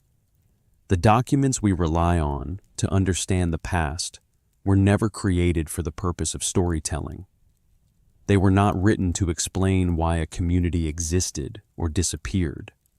They were created to manage the present, to collect taxes, divide land, register obligations, and maintain administrative order in a very specific moment. The people who wrote them were not thinking of readers centuries later. They were thinking of the work that needed to be done that year, that season, that term. Yet precisely because of that practical purpose, documents accidentally became the storage place for a different kind of history, not the history of great events, but the history of repetition and forgetting. Each record does not say that something is ending. It only shows that it is no longer important enough to be recorded in detail. When a community is still lively, it appears regularly in the archive, in revenues, rituals, disputes. When it begins to weaken, that presence does not vanish at once. It thins, and when it disappears completely, it is not marked by a concluding sentence. It simply no longer appears. For most of time, history does not move to the rhythm of great events that people prefer to tell. It does not always have a clear start date and a final decisive ending. Instead, it unfolds as a process of no longer being mentioned. A name appears less often in ledgers. A place is no longer prioritized on new maps. A road is no longer listed in repair plans. No line declares that the place has lost its value. But that very absence of mention speaks volumes. This demands that the reader of history change the way they listen. Instead of searching for loud declarations, we must pay attention to silences.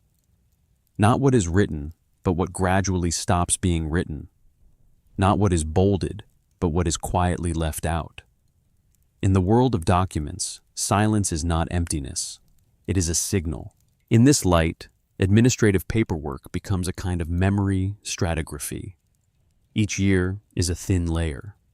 Each entry is a small grain. Stacked over time, they form a surface the modern reader can interpret if they accept that meaning does not lie in any single line, but in the trend of appearance and disappearance. A community does not need a written declaration to exit history. It exits history when the system of governance no longer treats it as a point that deserves attention. And perhaps this reveals something deeply human. Most of our lives are not remembered through dramatic moments. They are remembered, if they are remembered at all, through repeated habits, everyday tasks, and finally through the moment when no one sees a reason to record them anymore. When no one is collecting taxes in a place, it is not because the place never existed, but because it has slipped out of the present stream of priorities. From this viewpoint, abandoned villages, sunken quarters within cities, are not evidence of a hidden historical secret. They are evidence of a far more common kind of history, the history of fading. A history that is not loud, that has no central character, no climax. Only time and a slow change in what human beings choose to pay attention to. And when we, from the present, try to read those traces, the sense of mystery emerges, not because the past is deliberately hiding, but because we are used to stories with a clear structure. We want a large cause, a decisive moment. But what the documents show, if read slowly enough, is a harder truth that many important things in history end without needing to be declared.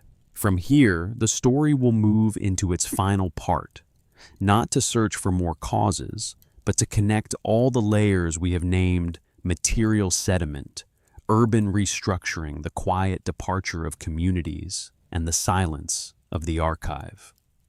And then to ask a question that is gentle but difficult. What happens when a place still exists, yet no one remembers that it once lived? Not every story begins with an event. Many stories begin with a feeling that something does not fit, a slight misalignment between what the eye sees and what we expect to see. And in the case of mud flood, the story is not born from evidence of a single catastrophe, but from the layering of familiar things that are not explained at the same time. A modern person walks into an old city and notices details that make them pause longer than necessary. Windows sitting below street level where light can hardly reach. A ground floor that by intuition ought to open outward to the street, yet has become a basement. Steps that lead downward into a space designed to be entered upward, as if the entire building has been set at an angle within the world around it. Each detail taken alone carries no special meaning by itself. It can be explained by specific local reasons tied to the particular history of a street, a block, a single structure. But the feeling begins to change when these images do not appear in only one place, when people see them in many different cities, separated by hundreds, even thousands of kilometers. When the downward steps repeat, the low windows repeat, the unusual basements repeat. At that point, the human mind begins to do what it has always done exceptionally well: look for patterns. Not because we want to believe in something strange, but because recognizing patterns makes the world easier to understand. A pattern once recognized asks a question on its own: why is it like this? And if that question is not answered with a clear story, it does not vanish. It remains as an unfinished feeling, a missing connection between what is seen and what is explained. And in that state, people do not only look for data, they look for a narrative frame, a way to place the pieces into a single picture. In this context, mudflood is not first and foremost a conclusion, but an attempt to connect. It does not arise from one isolated discovery, but from the desire to link multiple phenomena that already exist side by side in the observer's awareness: low basements, streets that have been razed, areas with no people left, but with structures still standing, communities that disappear without leaving a clear story, paper records that grow thin and then fall silent. Each of these factors, standing alone, can be explained through slow processes, historical, local, grounded in time. But the problem is not a lack of explanations for each separate part. The problem is the absence of a single unified story that connects all those explanations together within modern experience.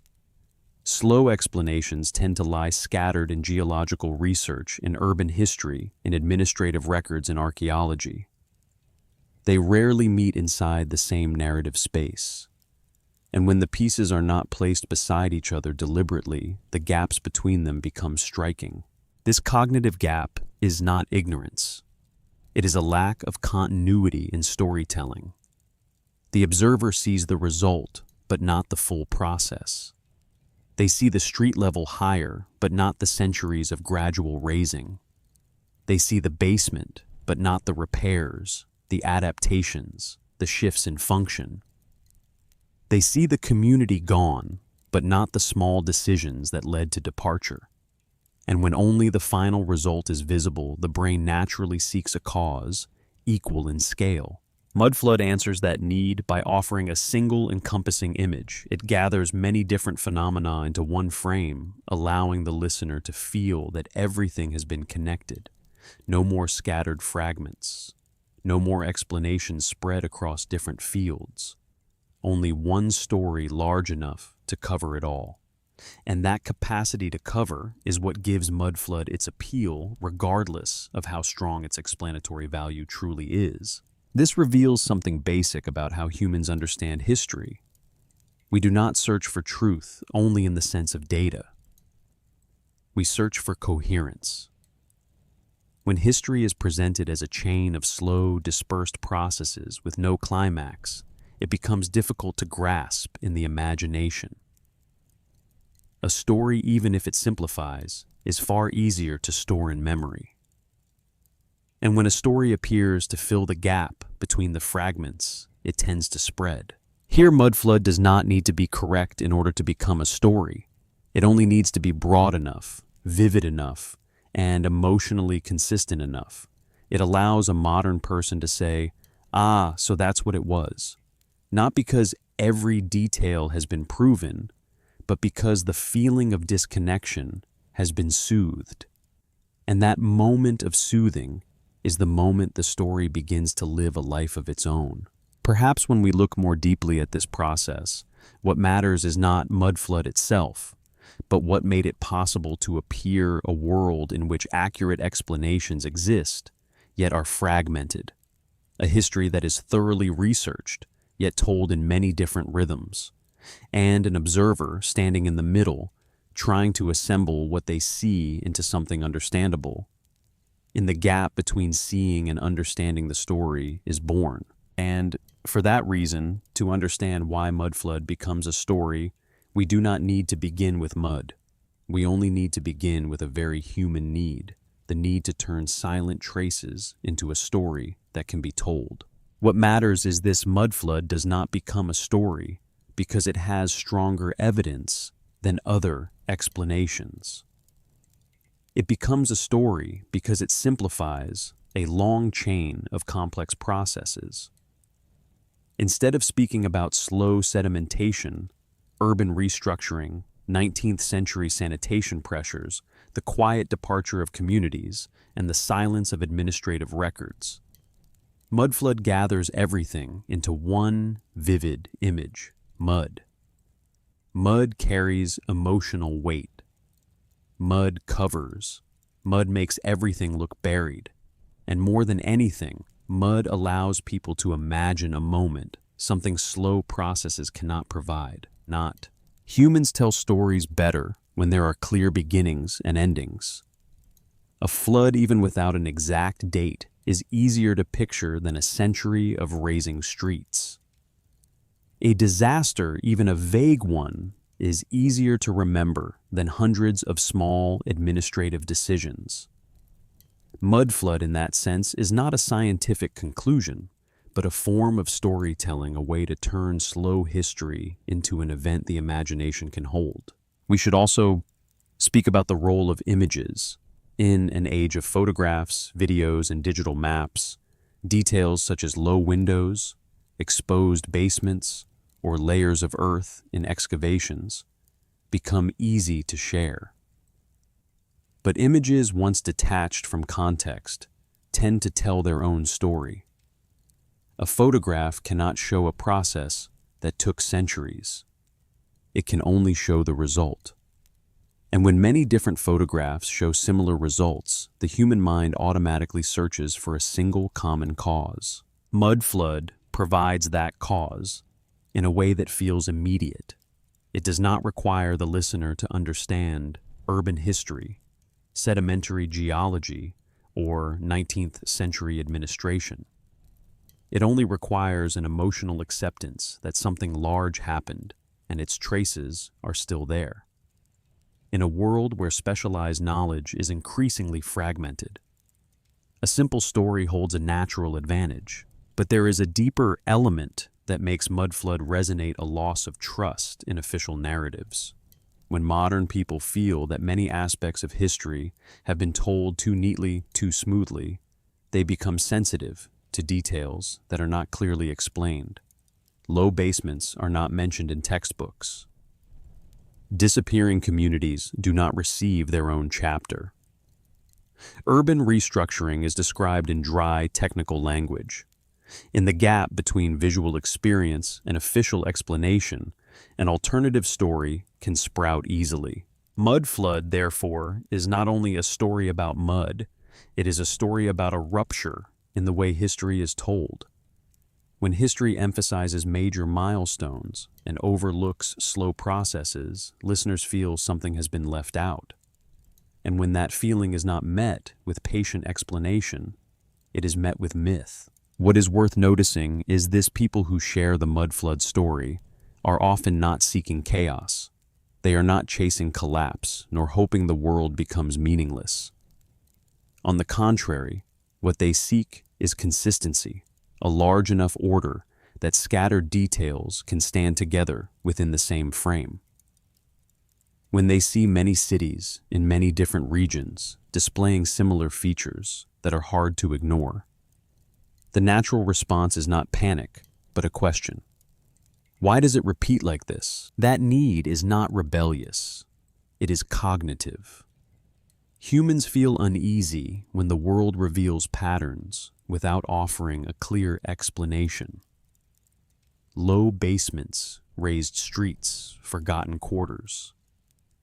When they appear in isolation, they can be dismissed as exceptions.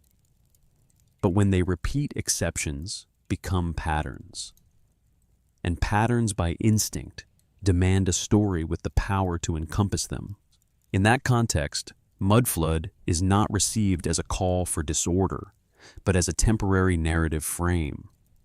It allows the listener to place multiple phenomena into one mental map. No more isolated fragments, no more sense that each city is a separate puzzle. Everything is placed inside a shared story where similarity no longer irritates, it becomes understandable. This becomes especially important in a world where official knowledge is often presented by specialization. Urban history speaks one language. Sedimentary geology speaks another. Administrative records belong to an entirely different system.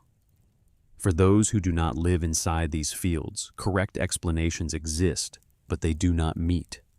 They do not automatically connect into a single, continuous story within everyday experience. Mudflood, in that sense, functions like an imagined bridge. It does not require the listener to travel deeply into each separate discipline.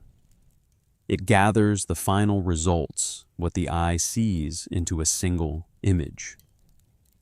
And that image, even if simplified, provides the feeling that the world can still be understood by a consistent logic. Not an exact logic, but one that is psychologically comforting. Here the mental map is not an incidental metaphor. Humans need maps to orient themselves not only in space, but in history. When traces of the past appear without a clear path from cause to result, a sense of disorientation arises. Mudflood offers a path, rough but present, that allows the listener to feel they are standing on a surface with structure rather than before a pile of scattered data. What matters is this: that map is not made to describe reality with precision. It is made to soothe uncertainty. It answers an emotional need before it answers a scientific question. And in many cases, that need is stronger than the desire to verify details. When a story makes people feel the world has a reason, it tends to be kept shared and defended. We should also recognize that in modern conditions where information is abundant but synthesis is scarce, stories like Mudflood possess a natural advantage. They do not require hours of patience to understand slow processes. They do not ask the listener to accept that many important things in history have no dramatic moment. Instead, they offer a tidy frame in which everything seems to fall into place. Here the boundary between story and hypothesis becomes thin. A story can be told as a possibility and then gradually heard as fact if it is repeated often enough and attached to enough convincing images. But the spread of a story says nothing about whether it is true or false. It says something about the need it satisfies. Mudflood satisfies the need to see history as a chain of clear causes rather than a dense web of small changes. When mudflood is placed back inside the full arc, we have been tracing slow sedimentation. The city is living stratigraphy, 19th century restructuring the quiet departure of communities, and the moment when paperwork stops mentioning them, one thing becomes clear. This story does not arise because data is missing, but because the data is too scattered. There is no single place that tells the whole story from beginning to end. And in the gaps between pieces, the human imagination completes the work.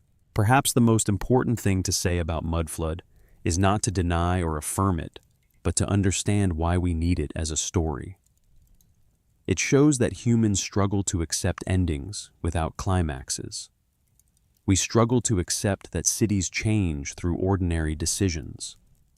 We struggle to accept that communities disappear because they are no longer chosen. An imagined catastrophe in that sense can feel more comforting than a history of fading. And when we see it that way, mudflood becomes a mirror. It reflects not the past, but the way we in the present confront the past. It shows that if history is not told slowly enough, fully enough, and humanly enough, other stories will appear to fill the empty space, not because they are more correct, but because they tell a better story. From here, the journey can reach its ending not with a final decisive answer, but with a settling. When we look at low basements, raised streets, abandoned villages, the question is no longer, was there a mudflood or not? But are we willing to accept a history without a dramatic moment? A history made of things that are small, slow, and deeply human. And perhaps if we learn how to read the silences in soil, in stone, in paper, the need to turn them into a catastrophe will begin to dissolve. Not because the mystery has vanished, but because we have learned to live with a different kind of history, a history of accumulation of choice and of places that once lived and then quietly withdrew from the center of the story. The truth, when it finally appears, rarely arrives as a blinding moment. It does not enter the room with a loud sound. It does not demand that everyone stop. Most of the time, truth simply is there for a long time, patient for a long time, waiting until someone slows down enough to notice it. And in this story, after the low basements, lying still beneath modern streets, after roads raised layer by layer for very practical reasons, after communities leaving in silence, after paper records thinning out and then no longer being updated, and after stories created to fill the gaps, the truth reveals itself quietly, not like a shocking discovery. It is not like a secret door suddenly swinging open. It is like a familiar room we have walked past countless times, yet rarely stepped into. That truth is not a hidden secret. It does not need to be exposed. It was never locked away. It is simply too familiar to attract attention. Most of history, when lived through by ordinary people, does not unfold as a chain of climaxes. It does not arrange itself in a way that is convenient for storytelling. It does not pause to mark the important moments that later generations will want to remember. Instead, history unfolds like life, slow, repetitive, and often unimpressive in any single moment. A small decision today does not look like a turning point. A very slight change in how space is used is not felt as a historical shift. A family leaving is not seen as a sign of a community dissolving. But when such things repeat long enough, steadily enough, and often enough, they produce differences that only someone standing far away much later can truly see. This places us before an uncomfortable paradox. We want history to take the shape of a story, a beginning, a climax, an ending. But history most of the time does not cooperate with that desire. It does not stop to explain itself. It does not gather small changes into a single event that is easy to remember.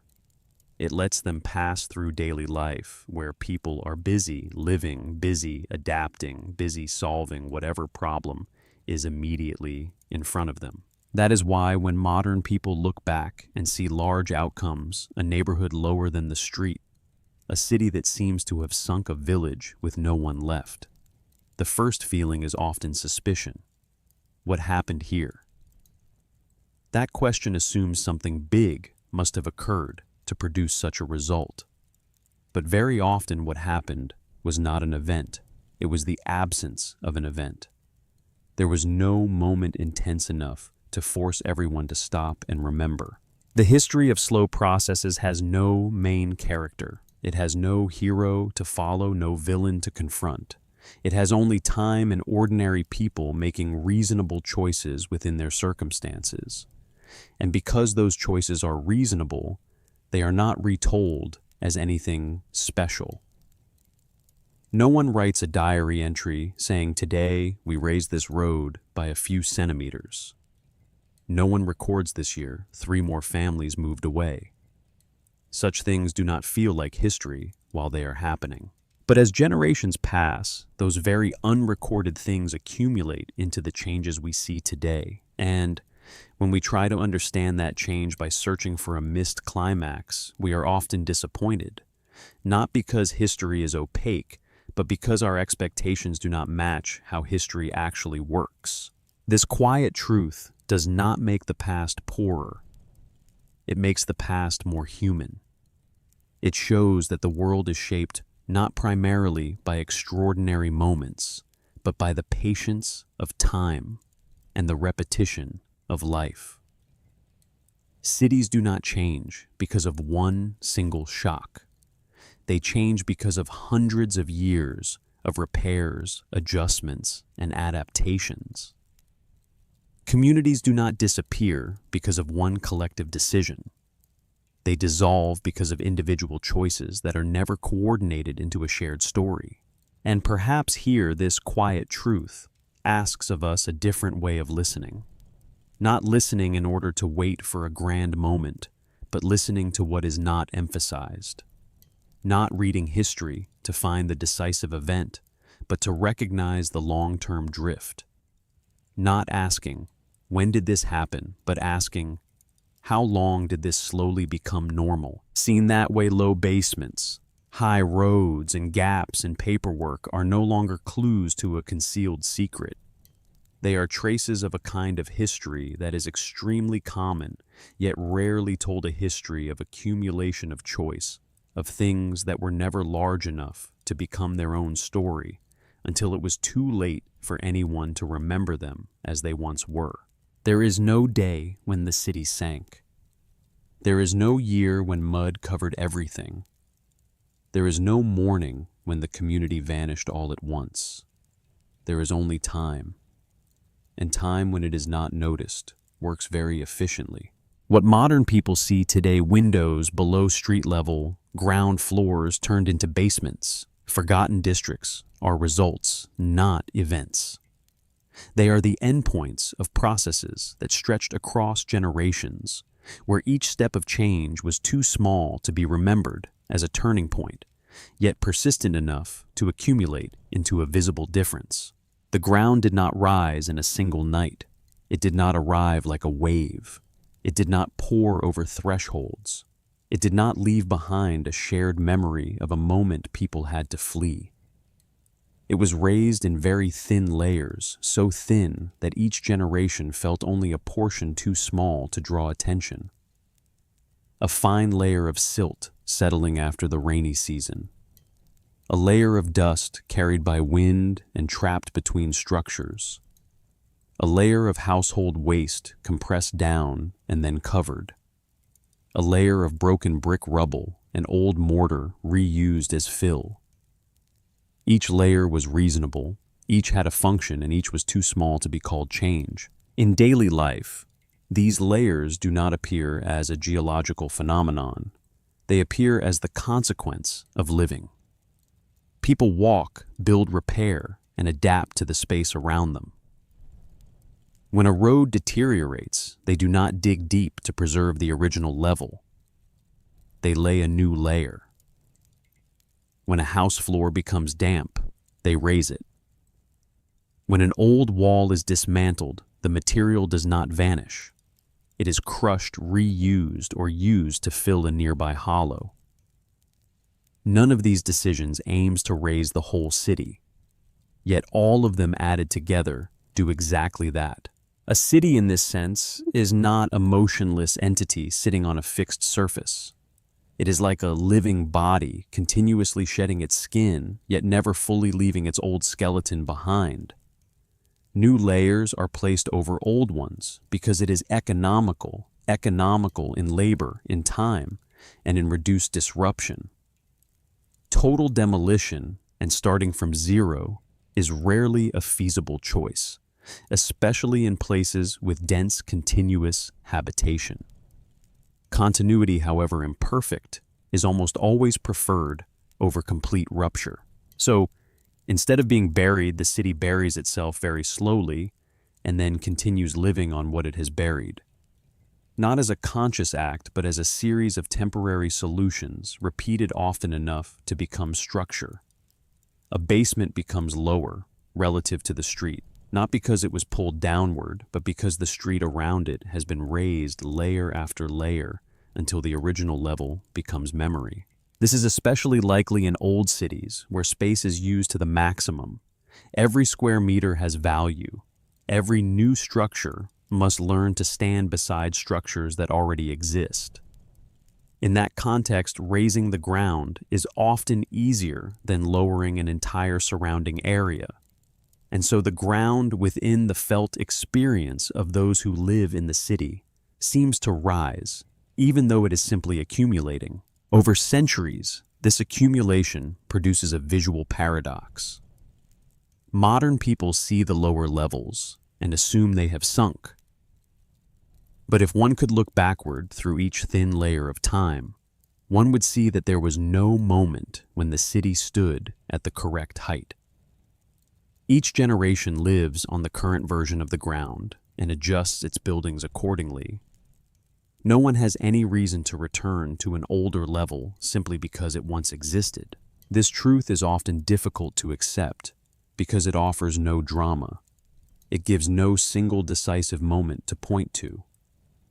Yet it explains very well why low basements appear not as the scars of disaster, but as the marks of continuation. They are not remnants of a world buried by catastrophe. They are part of a world that kept living above them. Seen this way, the ground is no longer a neutral foundation. It is a material history. Every layer of soil, every layer of stone, every fragment of broken brick is a trace of choices once considered reasonable. And throughout this process, the city does not fight time. It works with time, accepting accumulation as part of long survival.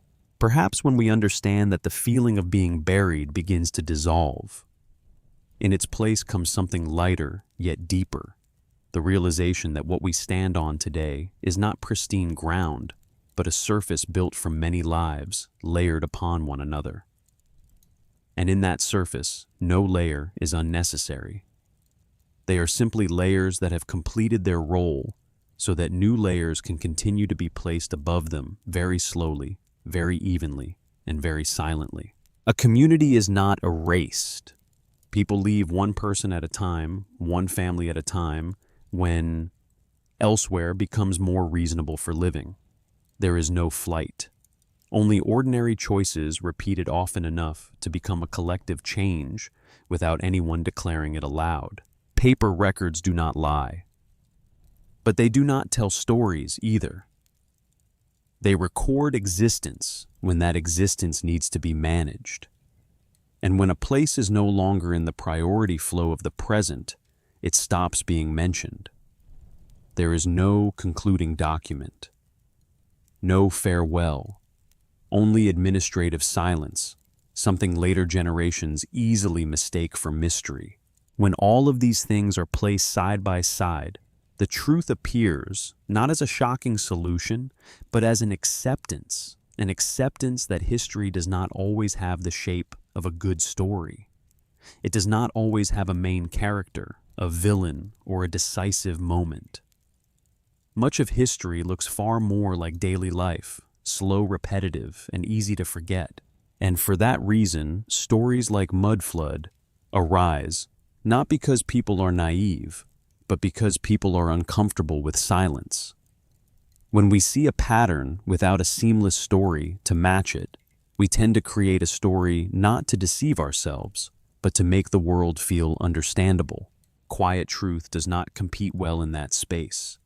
It is not tidy. It has no striking image.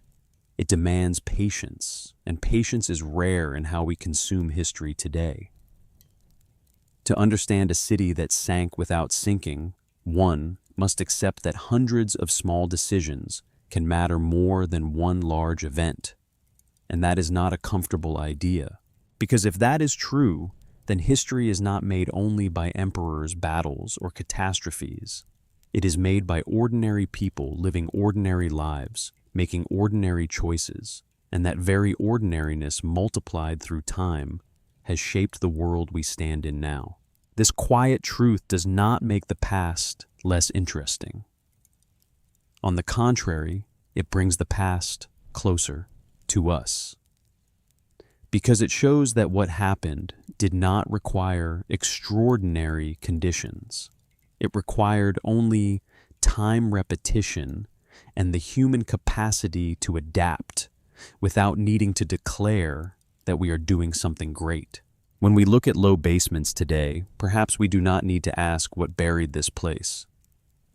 Perhaps the lighter and truer question is how many generations lived here before it stopped being chosen. When we look at villages with no one left, perhaps we do not need to search for a lost catastrophe. We only need to ask, when did elsewhere begin to look more attractive, and why? And when we look at gaps in paperwork, perhaps we do not need to suspect concealment. We only need to remember administrative history was never designed to record fading. Quiet Truth in the end does not ask us to give up curiosity. It only asks us to change rhythm, to move more slowly, to look farther, and to accept that the most important things sometimes leave no clear mark because they were never considered important at the moment they happened. And if tonight you are listening to this story, while the world around you has grown quiet, perhaps what you should carry with you is not a final answer, but a very light feeling that the past is not as far from us as we imagine. It simply passes in the way humans rarely notice, very slowly, very evenly, and very silently. There does not need to be a mud flood to explain what we see. There is only time. And time, when it is allowed to do its work, always leaves traces, not with noise, but with settling. And as we reach the final minutes of this journey, perhaps what remains is not a clear answer, not a hidden catastrophe, not a secret large enough to overturn all of history, not a conclusion that suddenly makes everything simple. Perhaps what is left is only a very quiet feeling, that for most of its history, people do not vanish in a single moment. They leave slowly, one family at a time, one generation at a time. A road changes direction, a river shifts its course, a trade route no longer passes through, an administrative decision is written in silence, and then no one comes back. The houses are still there, the walls are still standing. Only the rhythm of life does not return. If tonight you are listening to this story as your eyelids grow heavier, you do not need to hold on to any conclusion. You do not need to believe. You do not need to argue back.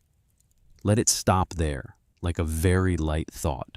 But if you are still awake, or if you are listening while the room is still lit, tell me one small thing in the comments. Where are you listening from? And what time is it for you right now? Not to find a right or wrong answer. Only as a way to know that across places very far apart, there are people pausing together, listening together, and sharing a quiet moment like this. Wishing you a truly peaceful night.